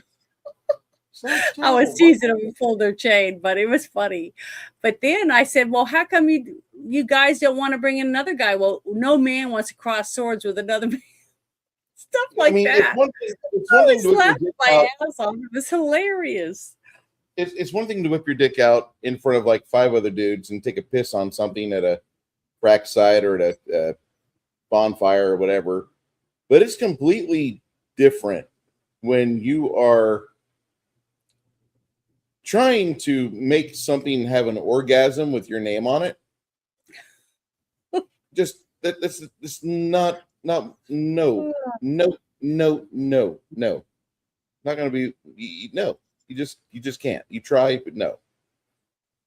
And I know it sounds like Bruce is having a hard time here, but he is. I just why no. You know, like it worse. One of the dudes is going to stare at the other dude's cock way too long. And now it's awkward. Completely awkward. I've been in that situation. So, and I don't, you know, I'm not a person that likes to share. So I'm not a person that would share anyone. So they better not ask me to share. That's what I'm saying. I don't agree with that. I think a relationship should be 2 people. Sorry, go ahead. I was pulling something up here. right now over at Blackout Coffee, Oh, okay. Yeah. they are. How do I bring that up? I click on I'm you. getting It ready. makes you by yourself. I'm trying to remember I'm how to gonna- do that. I'm gonna bring it on here my own damn self. Hold up. Okay, there we go.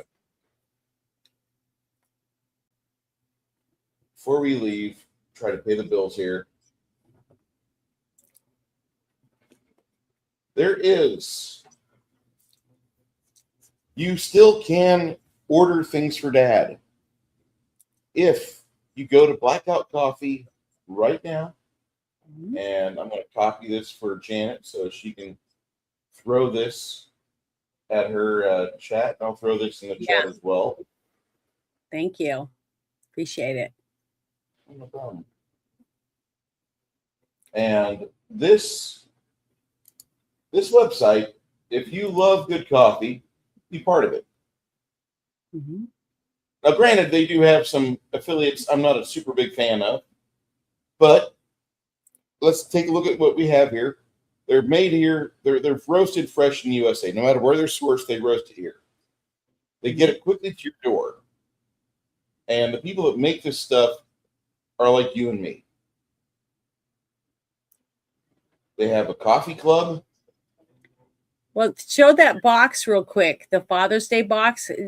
Show up there.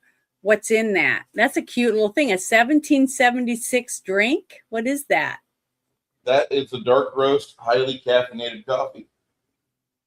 It also comes with the two-way Very Cinnamon nice. Foundation coffee, which is good. And it has my favorite of their regular coffees, the Morning Reaper. Morning Reaper. This is a medium roast. This kicks you and it gets you going. Right now, they have it on sale for $18.50 for a subscription, $22.95 for one-time buy. That's for 18 pods. They also have the 12-ounce bags for a club price of $14.50 or one-time purchase just under $18. And that's already ground up, or is that the beans? You can opt for either way. Do they sell a grinder on their website for someone who doesn't have one? No, you just go to Walmart and buy one for $12. Okay. But are you the one that told me that you grinding your own coffee is 10 times better? Absolutely. Okay. Yeah. I'm just trying to make sure the people know that are watching. Yep. Yeah, order for your dad. If your dad likes coffee, get him a Blackout box. Here's their flavored package, which has the cinnamon French toast, Jamaican Me Crazy, and the blueberry crumble. Blueberry crumble is the Roastmaster's favorite coffee. Maximum strength package with Brutal Awakening, 1776, and Pitch Black Espresso. You have the pods for $115 right there. Patriot Coffee. Now, all the affiliates for these here, all this is throwing money back at like the 2A Amendment Foundation, the 1776 people, the Firearms Policy Coalition, Gun Owners of America. This is a really good buy right here. I'm serious, because you typically pay $15 or $16 for one of those packages, and they've got it to where you buy 5 for $90. That's pretty okay. You got a starter kit here with 2A and 1776, a medium blend and a dark blend, and you get a free mug or a complimentary mug. The Founding Father box, $80. $80 right here. Tumbler, 3 blends of coffee. This is gonna fix you up. This is gonna make your dad happy. Then they have the Golden Age Collector's box. This was sold out. This was a special setup. That's a nice mug. That's super nice. Yeah. And they're gone. Oh. Limited 50. They're gone. Too bad. I can see why. I mean, look at that mug. Freaking kick ass. Let's look at the mugs real quick.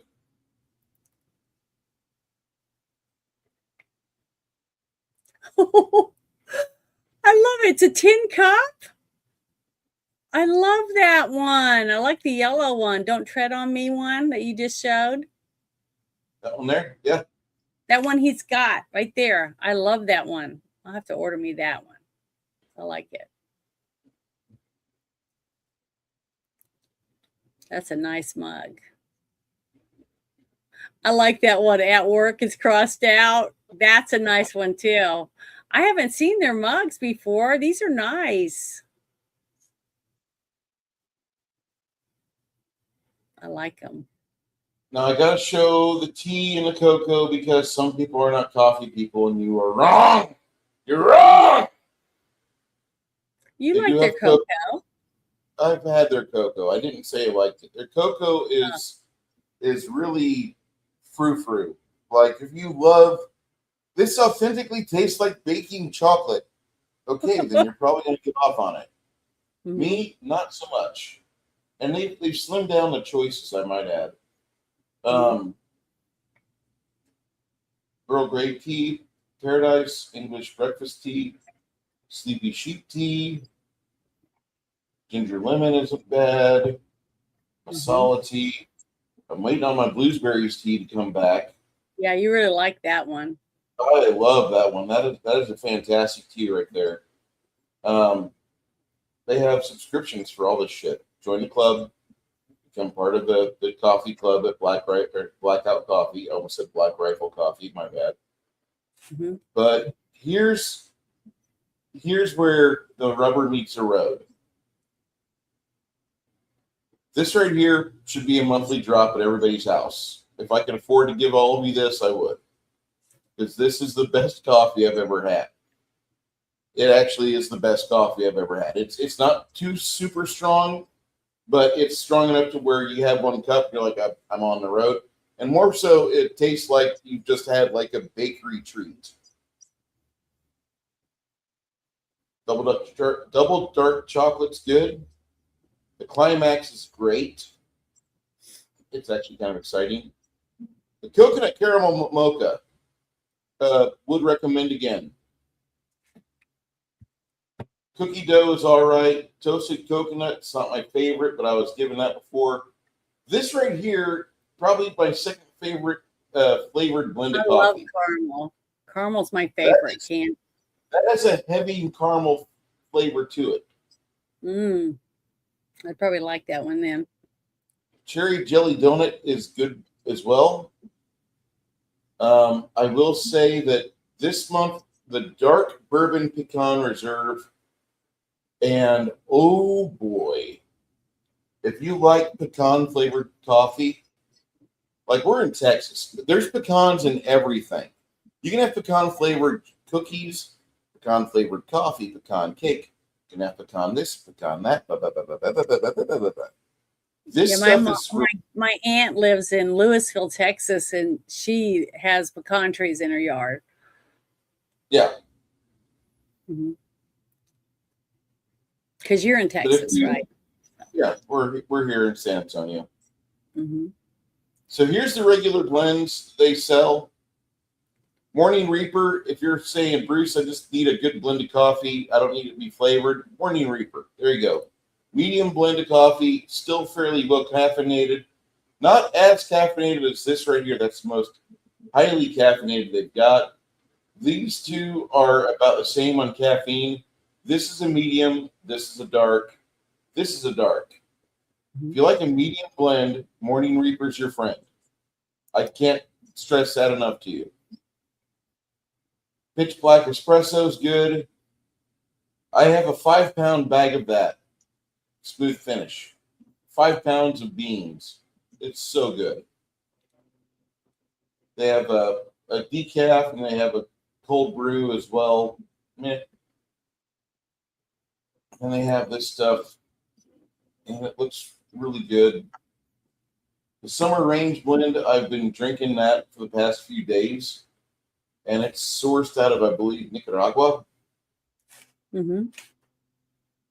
Yeah, Nicaragua, a little bit of Mexico, a little bit of Colombia. It's very drinkable. And that's one thing I'll say about Blackout Coffee. 100% of the time. Their stuff is very drinkable. I was very surprised that this says sold out already. It's crazy, but every month they do a new blend, and you have a chance to get a hold of a new type of coffee from somewhere new and exciting that you've never had before. So that's Coffee Club for. Sorry. Do they add a different mug each time they do the different thing like that? That's only the one mugs are time? sold separate. The mugs are sold separately. I know, but earlier when you showed that one that sold out, I had a mug with it, right? They Do have they do that very often? They do different bundles and gifts. Okay. They do different bundles. Like here, there's no mug. Here, there's no mug. Here, there's no mug. Yeah. But There's there's a mug one. right here. Mhm. And then they also have, and they put out a new mug like every 3 to 5 months. I really like this one, the steel mug, the 12-ounce steel mug. I think it's great. Give me coffee or give me death. Those are great. They're very catchy and cute. They're actual cups that you'd want. And you'd want to pull it out and give it as a gift also. That's why I really like them. These mugs are pretty affordable. I think $15 for a 12-ounce mug is great because there's a lot of people on Etsy or YouTube creators that charge you the same amount for an 8-ounce mug. And 8 ounces of coffee won't get you far. Unless it's like nasty coffee and you're just trying to sip it and be polite. Be like, okay, as soon as I can, I'm out of this firehouse. Fuck y'all. This is a good size for a coffee mug. It really is. I would recommend the stuff they sell through Blackout. But I figured I'd let you know about that. Oh, and if you want my code, I'll get you 10% off. Hold up. Yeah, I think you should share that. But yeah, I love that mug. I think that's a really nice one. And I like the metal. 10% off. And then once you get your code, once you use that one time, get on their program for text messages and emails, because you'll never pay cover price for their coffee. They have specials all the time. Completely worth it. Would recommend over and over and over again.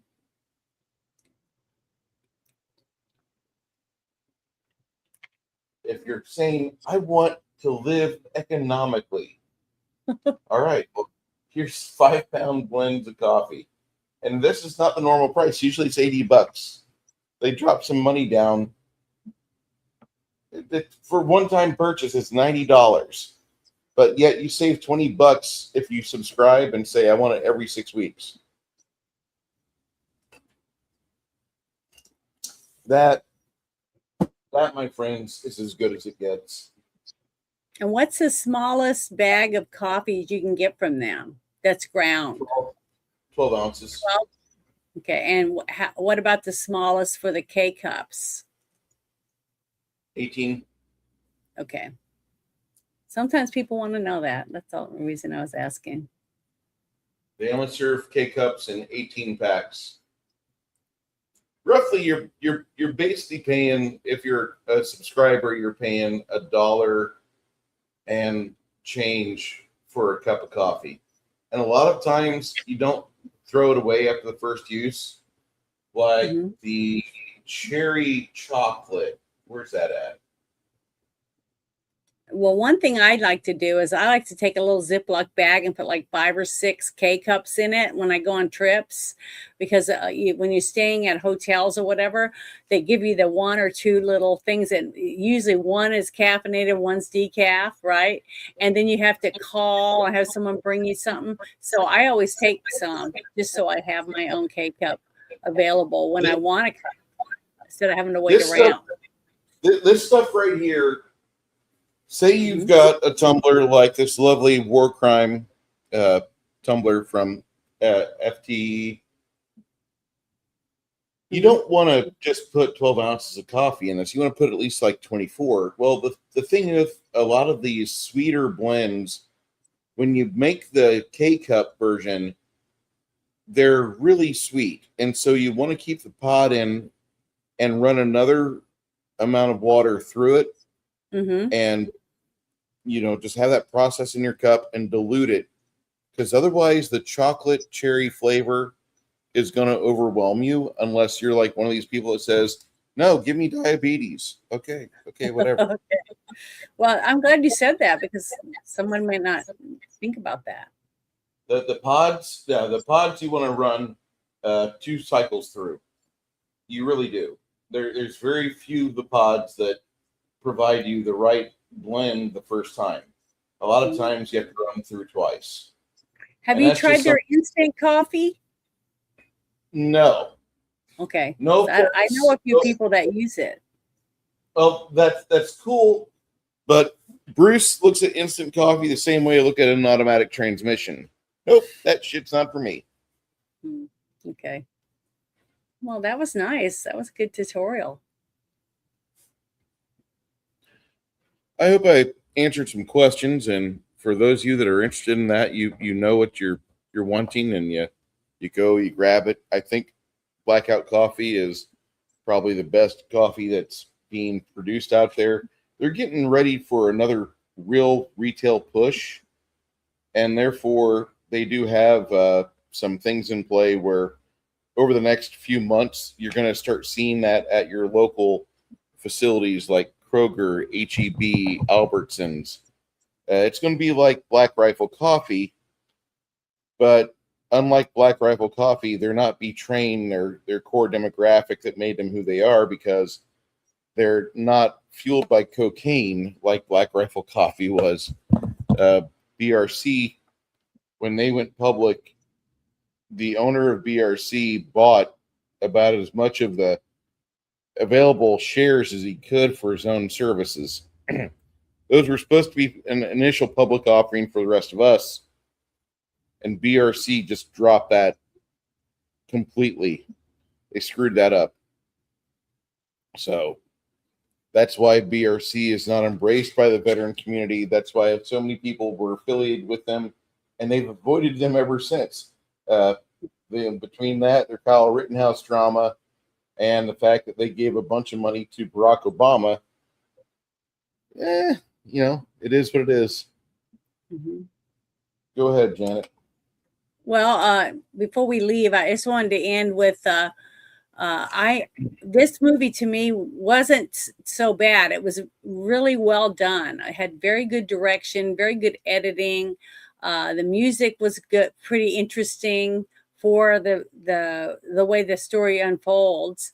The scenery was phenomenal, costumes, all of it I thought was really, really good. Very well done. I give kudos to Clint for the direction of this, because you could tell he definitely did a good job. And you got to remember, when a director is directing, not all directors that do direct and act in their films, and there's quite a few of them, believe it or not, actually can direct themselves within a movie. You could definitely tell that they're like sloppy or whatever. I didn't get that from him in this movie. And I thought he did a phenomenal job playing who he was supposed to be playing when he was playing him. And he also did that for the direction of the people, because the movie seemed to come together well, considering they saved money and they did it under the time allotted for it. And it was still really good. But I just wanted to say that, to me, the overall story for this movie was the fact that the town basically was the evil villain, okay? And him coming in, he was basically cleaning up the city. It's almost like a Dirty Harry type thing. But everyone was bad, because it was, like I said earlier, it was like Sodom and Gomorrah. But the story is, when you leave to try not to do what they did. Don't just stand around and let bad things happen in front of you. Call someone, pick up the phone, intervene, yell and say, hey, why are you doing that? That type of thing. Speak up. when you see things that you feel are wrong. And that's what I think the premise of this story was supposed to be. When I found out about, especially that basically he wrote this screenplay because of a murder of a young woman, a bartender that got murdered, and almost 40 people stood around and didn't do anything. You know, So it doesn't look good though, because that murder, when they view it, when they look at all the evidence decades mhm, later, they're seeing a yeah, lot of problems with how that was investigated. mhm, I Did can you? I don't believe know it. if you just look at No, I haven't had the a chance to do it. Today was the first time when we were finished watching it, when I started looking at some of the trivias when I found out about it. And it's terrible. But it's like I said, I see that a lot on TV. Like that movie that we watched with not just Thelma and Louise, but the other one about the woman with Jodie Foster who was raped in the back room, a whole the bunch of accused. guys. Yeah, remember that one? And the I thing is that that story is the same thing. And she sued, and she was able to punish people that just stood there and watched and gawked, watching her screaming for help and asking for help, and nobody would help her. Just like I get so upset when I talk about the Sandusky thing, when that one guy testified that he went down the stairs because the wife had said he's downstairs. So he goes down the stairs and he hears a young boy screaming for help. And when he walked in to the room, he sees him in the shower with that little 10-year-old boy.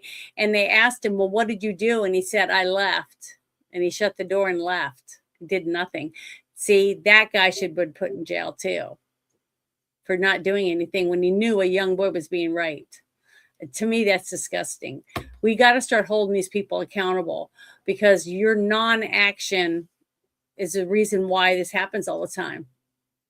And it's not going to stop, because it could be your kid, it could be you, and everybody's standing there watching and gawking and videotaping while you're being assaulted or bleeding to death because someone stabbed you in the chest and no one believes you.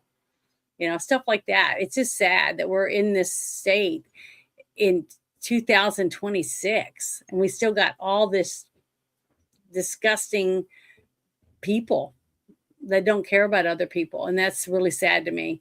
I think that's one of the reasons why this movie struck a chord with me, is the fact, the metaphors behind it. You know, that the city is evil. It's just a evil city, and that's why he had a name when he rode up on the horse, but when he left it, it said hell. You know, so I don't know. That's what I got from it, my personal opinion from the movie. So you watch it, but I do recommend you watch this. I think this is a really good movie to watch.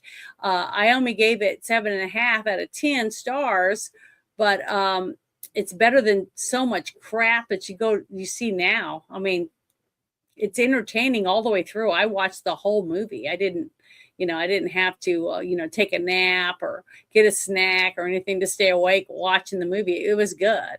It was a good movie. It's just that there was one thing I didn't agree with in the movie, and that's what took me out a little bit. But I got back into it. I just didn't have the same gusto for a hero or whatever, because there really isn't a hero in this movie. You know what I mean? Everyone's bad. Everyone's evil. It's just that one's a little less evil than the other, but all of them are human. They all made mistakes, and they all threw other people under the bus, that type of thing, which you see every day in your job, at church, or in your families. And that's why I think this resonates with everyone. I'm done. I'll shut up now. You can go. You're good. You're good. So, for those of you that like, next week we'll be doing a paint stream here. Mm-hmm. This is the pickpocket, or le pickpocket. For those of you, the French Quarter. It looks like an ogre is being robbed by a halfling. Mm-hmm. And I'm pretty impressed with the sculpt. I thought it was well done. Reaper hit it out of the park on this. Mm-hmm. With this movie, I rated it a 65 out of 100. I don't feel like it's a bad movie. I just don't think it's a good movie. I think this is a film where a lot of people got involved with it, and the result is what we have. It's not a great movie by any means, but if you see it and you want to watch it, if you say, I like Clint Eastwood movies, give it a watch. It's you his might really first like it. direction of a Western, too. Yeah, his first movie that's a Western. Mhm. I don't have much else to say other than that. Janet, you want to do some stuff with me after we shut this down? Sure. If you let me take all this off. What are we gonna do? Depends. Because I gotta take this off and stuff. I wanted to watch the new memes. There was a new drop of the Carmelo Anthony memes that came out, and Okay. I wanted to watch those with you because I love memes. I'm a very Well, if you'll very let me basic. go get me something to eat, I'll just leave this on and we can watch the movie or watch the memes. But Yeah, I'm starving. yeah. I Go haven't ahead. eaten today. Okay. I haven't eaten a whole I'm lot either. hungry. So, oh, is Angry Cops meme review? We can watch it in Discord so people can join us in there. Yeah, we'll do that. Because Six Nations is asking, is it the Angry Cops meme review? Yes, it is. Okay. So we'll do that then. But thank you guys very much for hanging out with us today. We really enjoy it. And because, we like doing it. We like doing this, and I've loved doing it ever since Bruce asked me the first time. I look forward to it every week. So I hope you guys enjoyed it. But you guys have a wonderful night, and hope you had a great weekend. Talk to you later. Bye, everybody. See ya.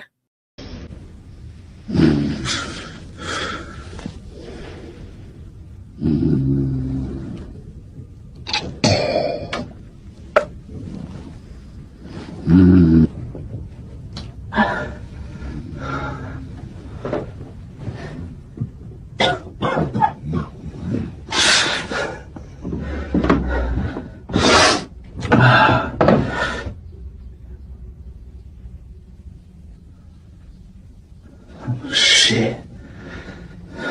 Morning, Dad.